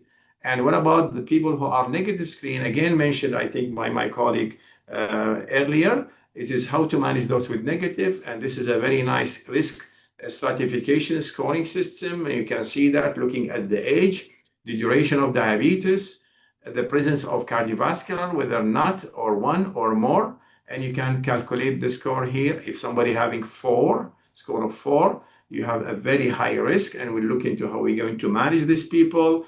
If somebody having a lower risk of 3, they are considered high risk, and if they are 2, moderate risk, and if they are 1, they are in the low risk group. Now, again, we're going to move on to talk about the people who have very high risk positively, or they have established disease. And established disease could be just having, an end organ damage, for example, retinopathy, albumin creatinine ratio, all this considered in addition to the people who have cardiovascular disease or cerebrovascular disease. So for these people, you need to add or switch to GLP-1 receptor agonist, or the dual agonist, which we talked about it, GLP-1 and GIP, and or SGLT2 with the proven. You have to choose, as you saw in the list there in the tables, you have to choose the proven ones with the CRM benefit, regardless of what is the HbA1c. Even the HbA1c is good. You still need to address this, because these people are having high risk, very high risk, and having already established disease. Now, looking into 2 options here with this, what you're going to choose. So if you have somebody who have heart failure or impaired renal function, so CKD and also heart failure. Now, in this group, as we mentioned earlier, you choose either or, but here we said we prefer the use SGLT2 inhibitor, because the evidence is much stronger with this group. And if we go to the other side here in establishing cardiovascular or CKD, the combination of SGLT2 plus, so you need to add that with the proven, again, cardiorenal metabolic benefits should be considered. Now, HbA1c is not enough, then you have to add the second one. For example, if you have using GLP-1 receptor, then you need to add the SGLT2 inhibitors, combination of these 2, hopefully to reach to a good and to the target of your HbA1c. But if not, then you can add at that time metformin or pioglitazone. And still, if it's not there, you still have some classes like DPP-4. You can add them. DPP-4, by the way, you cannot add if you are using GLP-1 receptor or dual agonist, but you can use, for example, sulfonylurea and others. But these are the last thing to consider. And this is what you need to follow. Now, if the HbA1c is still with all this not happening, then you need to add or intensify insulin. Of note, you need to remember that if somebody looks having some very high HbA1c, an example we are using here is 10%, then you can start insulin from the beginning. And I'm sure that some of you have resistant patient to start with, but that's really the guidelines to start with. And they need to understand that even if they start on insulin in the beginning, that does not mean they're going to be on insulin for a long time. It's only to start with to improve their, glucotoxicity. All right. So now moving to the people with type 2 and high risk, not the very high risk. Again, if you can see, it's almost similar. And again, you continue doing that, adding the second class as we did in the first one, adding pioglitazone, metformin, same thing here, and same thing with the insulin. You need to remember something that probably I forget to mention, which is an essential, is lifestyle always to be continued while you're doing this. Second thing, the inertia should be prevented. We need to look into 3 months if things not improving. Sometimes we can go to 6 months, but 3 months is usually the standard. If it's not improving, then you need to move on to the next step as mentioned in this algorithm. Moving now to the low moderate risk category. So they are very low risk here. And in these people, you can use any of the agents that we are aware, as we saw in the table. And then that time you need to look at glycemic efficacy, the risk of hypoglycemia, the impact on weight and cost. Again, looking at your patient criteria. So here we go. Then if you look at weight reduction in overweight and obesity people, on the other hand, you're going to look into glycemic management. Starting with weight reduction, you can see that these are listed medications showing you the very high efficacy. And I'm sure that you are aware of tirzepatide and semaglutide is considered the very high efficacy, followed by lower efficacy, still high, dulaglutide, liraglutide, semaglutide orally, and followed by a moderate efficacy, other GLP-1 receptor agonist and SGLT2 inhibitor. Now, if that's not enough, you did not reach the HbA1c goal, then you need to go to the glycemic management arm. And again, for glycemic management, again, divided into these three categories, very high efficacy, again, including tirzepatide, semaglutide, insulin, and also combination of, let's say, insulin and semaglutide or insulin and tirzepatide. You are not combining, as you know, tirzepatide and semaglutide. Now, looking at the high efficacy, lower than the very high, including here liraglutide, dulaglutide, lixisenatide, semaglutide orally, metformin, and all this considered high efficacy. And if you look at the moderate efficacy, then you will see DP4 included there. Should not be used, as I mentioned earlier, with GLP-1 or GIP dual agonist, or SGLT2, you can use them with a moderate efficacy in hypoglycemia. Now, HbA1c, if it's still above target, again, adding another that was not used in the upper group. And if you have, HbA1c 10% or more, again, the point I mentioned earlier, you need to consider insulin treatment to be added to what you're doing. Now, insulin initiation, few words about it. Its intensification, its pattern, and should be not everybody use the same. And we'll give you some example here. So initiation screening should be guided by two things, fasting and postprandial. Typically, you can look into that you should have already used your GLP-1 or dual agonist, and that because should be the first, because that might be solve the problem for the glucose control. But if you have used that and you did not reach the insulin intensification is needed, and usually, as we said, after the maximum tolerated dose, then you start looking into fasting plasma glucose. If it's the only high is the fasting, then basal insulin is your starting point. HbA1c still above target, then you can consider insulin mix or co-formulation, or even at the last thing to do is to go into the basal bolus. Before that, you can go to basal plus. Basal plus means basal insulin plus one rapid acting insulin, and basal bolus is the meals rapid insulin with the one basal usually. And if you have high postprandial glucose and plus minus fasting, then again, starting with the insulin mix co-formulation or basal plus.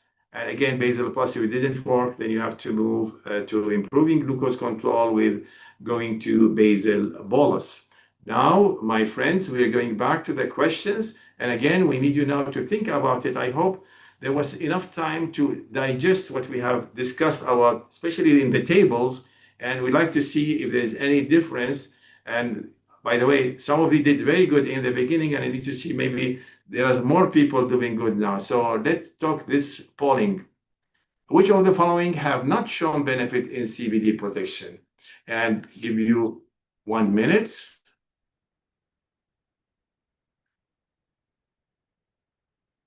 And let's see, try all of you to answer, see if the numbers increasing, and also to see what are the changes happening, if any.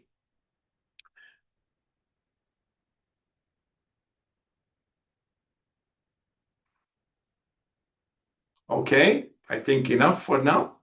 Let's see where we are. Okay, can we see the poll first? Do you have the poll? Okay, let me go to the answer and then we see the poll. But you have the poll, I assume, okay? That's right. So ertugliflozin is the one. Now, do you have the data about the polling? Are they increasing the same number? Because they were doing, majority did okay in the beginning. Okay, let's move to the second question if we don't have the polling. All right, so the second question is again, this ertugliflozin, as I think, if I remember the poll, the majority actually answered this correctly, which is something good that you know about it. I assume after the talk, maybe the number even increased further because there were some people answered Kana and Lira and dulaglutide. Oh, we have it here now. Okay. Still, yeah, this is the first one, I think, right? It's not the after. Yes, the first. Can you tell me, is it the initial one? Yes, this is the initial one. So you don't have the one after that presentation? Okay, that's fine. So after the presentation, we would like to see that it is better. But as I said, ertugliflozin was the majority answer, which is good. Now moving to the heart failure. Yes, have not shown benefit in heart failure. And again, here is the choices for you: Kana, Ertu, saxagliptin, semaglutide 2.4. And if you can vote, I don't know if you can take their votes, but let's try to see if you can take their polling.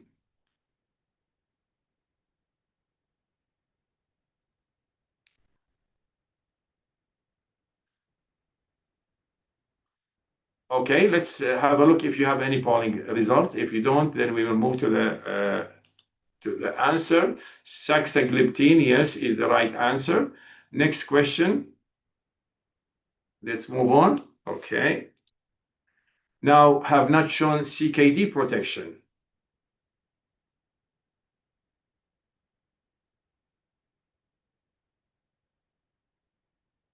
And I remember also that was done almost, majority did the right, although it was again divided with the others, but the majority did right. I hope the majority increasing now, but unfortunately, apparently we don't have the poll after the presentation.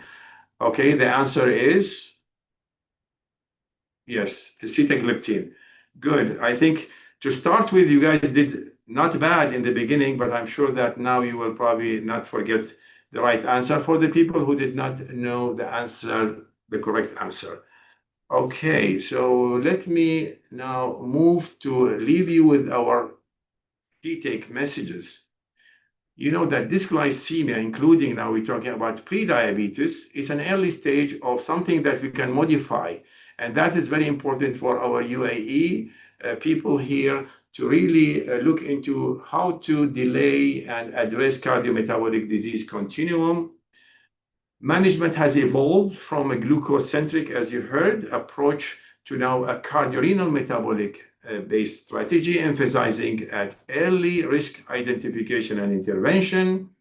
Lifestyle intervention, very important, remains the foundational, as my colleague mentioned to you earlier, and all of us emphasize this point across all stages of dysglycemia, pre-diabetes, and also pharmacotherapy to achieve durable glycemic content. So pharmacotherapy follow the base and the foundation of lifestyle. Individuals should be systematically screened and risk stratified using the risk scoring system that I mentioned to you in management intensity aligned to overall the risk rather than glycemic. Glycemic important, but is not more important than addressing the cardiorenal metabolic risk and preventing this complication from progressing. And I think the last but not least, early individualized treatment decisions can delay progression to type 2 for people, for example, with pre-diabetes and even before that, and to reduce the cardiovascular and renal complication. And I think with that, I would like to stop here and thank you very much for attention. Thank you. Thank you very much, Professor Hassoun. That was, again, a fascinating walk through the pharmacotherapy landscape of treatment of type 2 diabetes based on the UAE national guidelines. Thank you very much for your talk. And I'd like to invite again Dr. Khadija and Ms. Fatin to, thank you very much, to share in the Q&A session. So we have 10 minutes. So would like to throw quick questions and get the quick answers, please. I'll start with Dr. Hassoun. A very valid question. So does insurance approve those lots of packages that we have mentioned, from screening to behavioral therapy to pharmacotherapy. It's a daily headache, of course. Yes, a very good question, actually, and a very practical point here.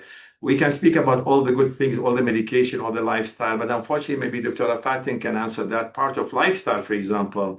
In the private sector, the lifestyle addressing, all these visits is not covered, but I'm sure Mrs. Fatin also having this probably covered in her center, because different in Abu Dhabi, and I'm sure Al-Amin also in your Dubai hospital and Rashid hospital with Dr. Khadija, I think it's covered because it was covered with me when I was in the Dubai Diabetes Center.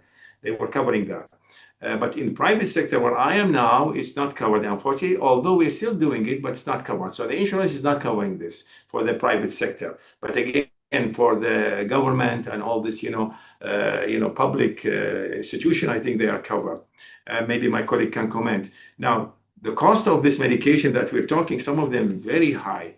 And if it's not covered, even some of them, if I know, Dr. Lamin from your hospital, even I know that, for example, tirzepatide is not available. Is that what I understand? Is still not available, for example.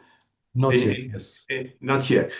So again, and this is again in the private sector for us, it is available, but unfortunately, with diabetes now we're talking, not with obesity. With diabetes, yes, they can cover it. Some private insurances, but unfortunately, again, sometimes they put very difficult, restriction. For example, they would say that the A1C should be at a certain high level. They not accept, for example, that our A1C we want it to be 6.5%. They want to say if it is above 8, they have different criteria. Some of them even will not accept it at all. They will say you need to use other medication. So it's a very valid question, actually. It's not that easy that covered, unfortunately, from a medication point. And I'm sure Dr. Fatin, if she wants to comment, and Dr. Khadija about this as well as in their, practices.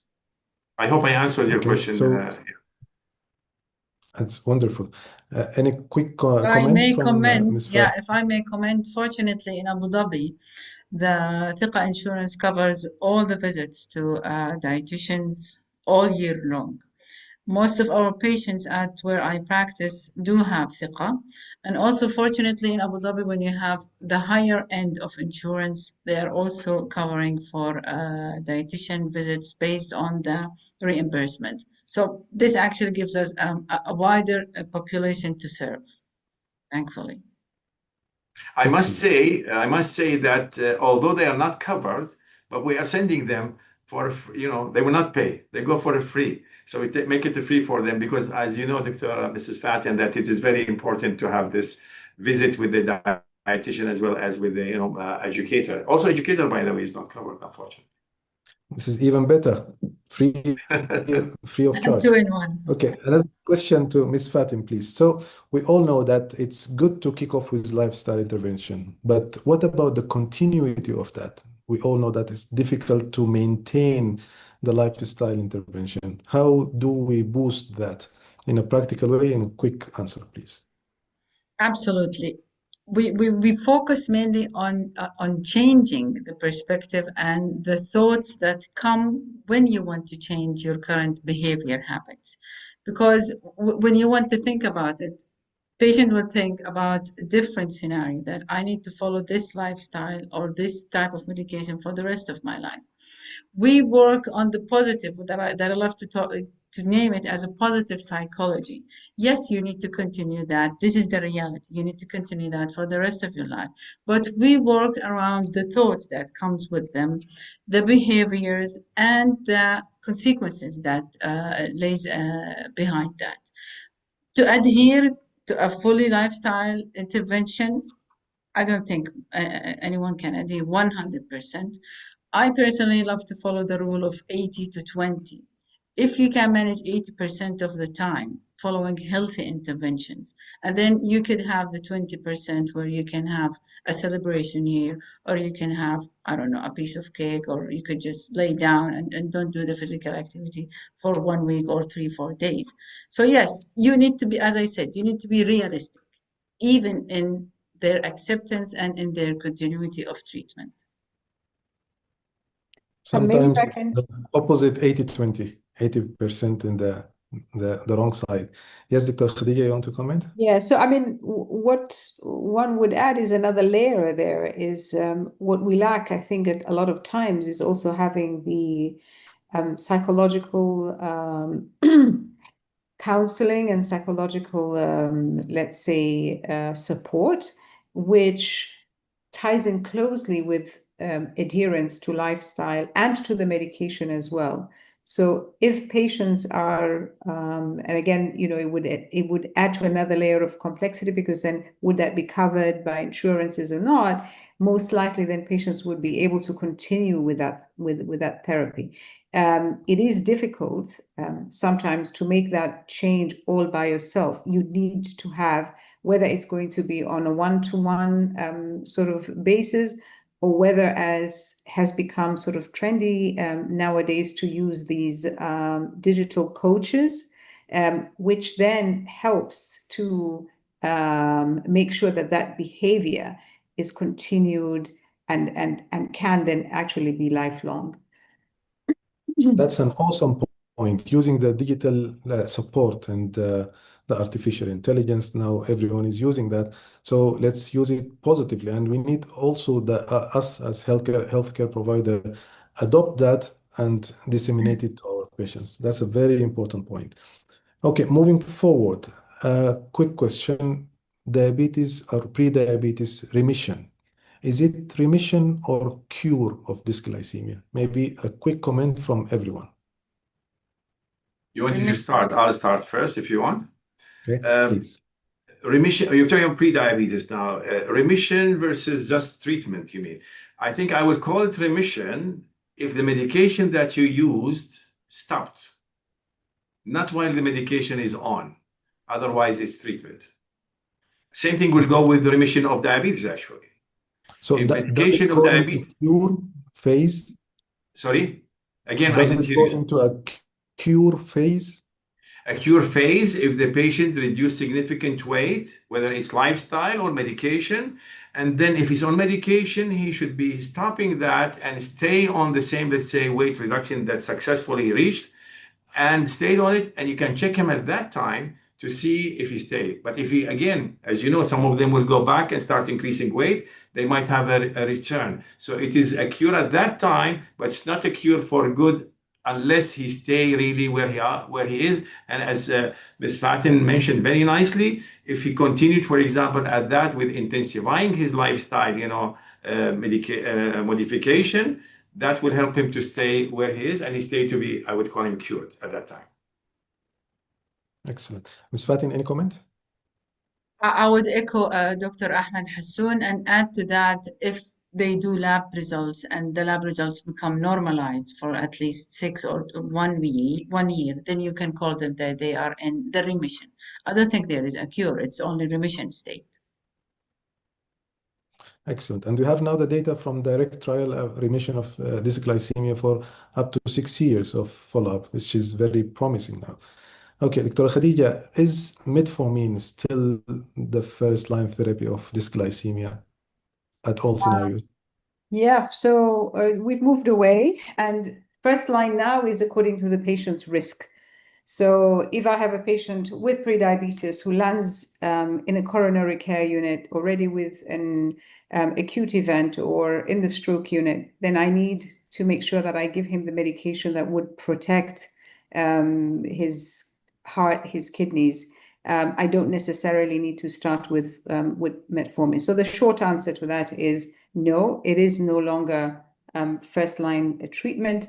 But rather, as we've emphasized throughout the talk, that the first line treatment should be according to the patient's risk. It's not a blanket sort of recommendation that we had in the past. Having said that, there's no harm in using metformin. We've used it for over half a century. It's a relatively safe drug, and it would also help to get the patient to their glycemic targets. But the reason why we emphasize that it is no longer first line is because you do want to offer the patient first those cardiorenal protective agents, and then use the metformin as an adjunct, just as we use lifestyle as an adjunct. It's there, but it doesn't have to be the first thing that the patient needs to receive. Excellent. Thank you very much. Dr. Hassoun, you've mentioned that we should not combine GLP-1 receptor agonist and the DPP-4 inhibitors. Do they harm when they are together? That's a good question. Actually, there is no known harm on it, but there is no use of adding it because, as you know, GLP-1 is very strong effect, which is they are in a way relative to each other, but much weaker to have DPP-4 on the benefit of glucose control, while GLP-1 have glucose control much stronger, as well as the other benefit that we were talking about, addressing the cardiorenal metabolic benefit as well. So there is no harm, but I really don't do it because, I mean, again, looking at the cost, I'm not sure there is any study showing there is a harm in combining them, but it's not recommended because there is no use for adding this together. Excellent. So they harm the pocket of the payers. Exactly, yeah. Yeah. So one last question. So probably anyone can comment on it. A patient with a person living with diabetes with a very well-controlled HbA1c on, let's say, metformin, DPP-4 inhibitors, and sulfonylurea. Should we shift to other medications, add or discontinue or maintain the same as long as the HbA1c is controlled?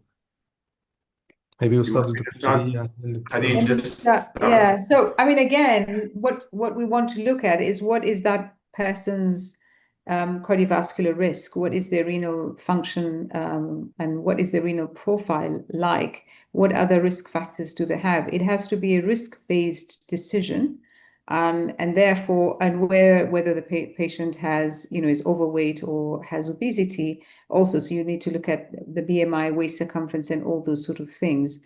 If the patient is at high risk for cardiovascular disease, then absolutely, we're not just worried. We're not just looking at the glycemic control. Would need to change his therapy. On the other hand, if you were to say he doesn't have any of those risk factors, which are a minority of the patients that we see, at least in tertiary care, and the patient doesn't have sort of any complications or whatever, and you're happy with this glycemic control, then yeah, carry on.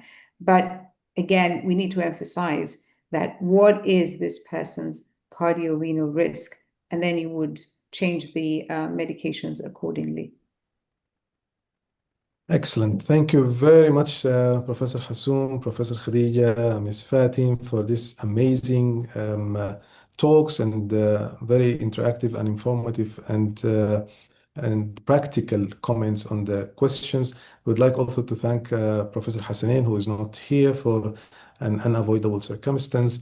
And we also like to thank our colleagues who stayed back until very late moment. And also, we extend the thanks to the Emirates Diabetes Endocrine Society and the Emirates Family Medicine Society for arranging and making this summer school happening. And this is the first success with, mashallah, very good number of colleagues among us. So this is the first kickoff. The second wave will be on the 21st of July, 2026 at 8 p.m. with another group of colleagues who are expert to address the understanding and action into breaking the inertia and championing the early control of this glycemia. Those talks, again, they will be available in the EDS Institute website in future, and as long as we are broadcasting the live, they will be also lively broadcasted in the YouTube channel of the EDS. Would like in the end to thank the sponsor company Eli Lilly for this generous sponsorship and support of the Diabetes Summer School. And with that, I'd like to thank you all for being around until this time, and looking forward to see you in the next wave. Have a lovely evening and very good night. Assalamu alaikum, everyone. Alaikum salam. Thank you. Thank you very Thank you, much. guys. Thank you very much. Bye-bye. Thank you.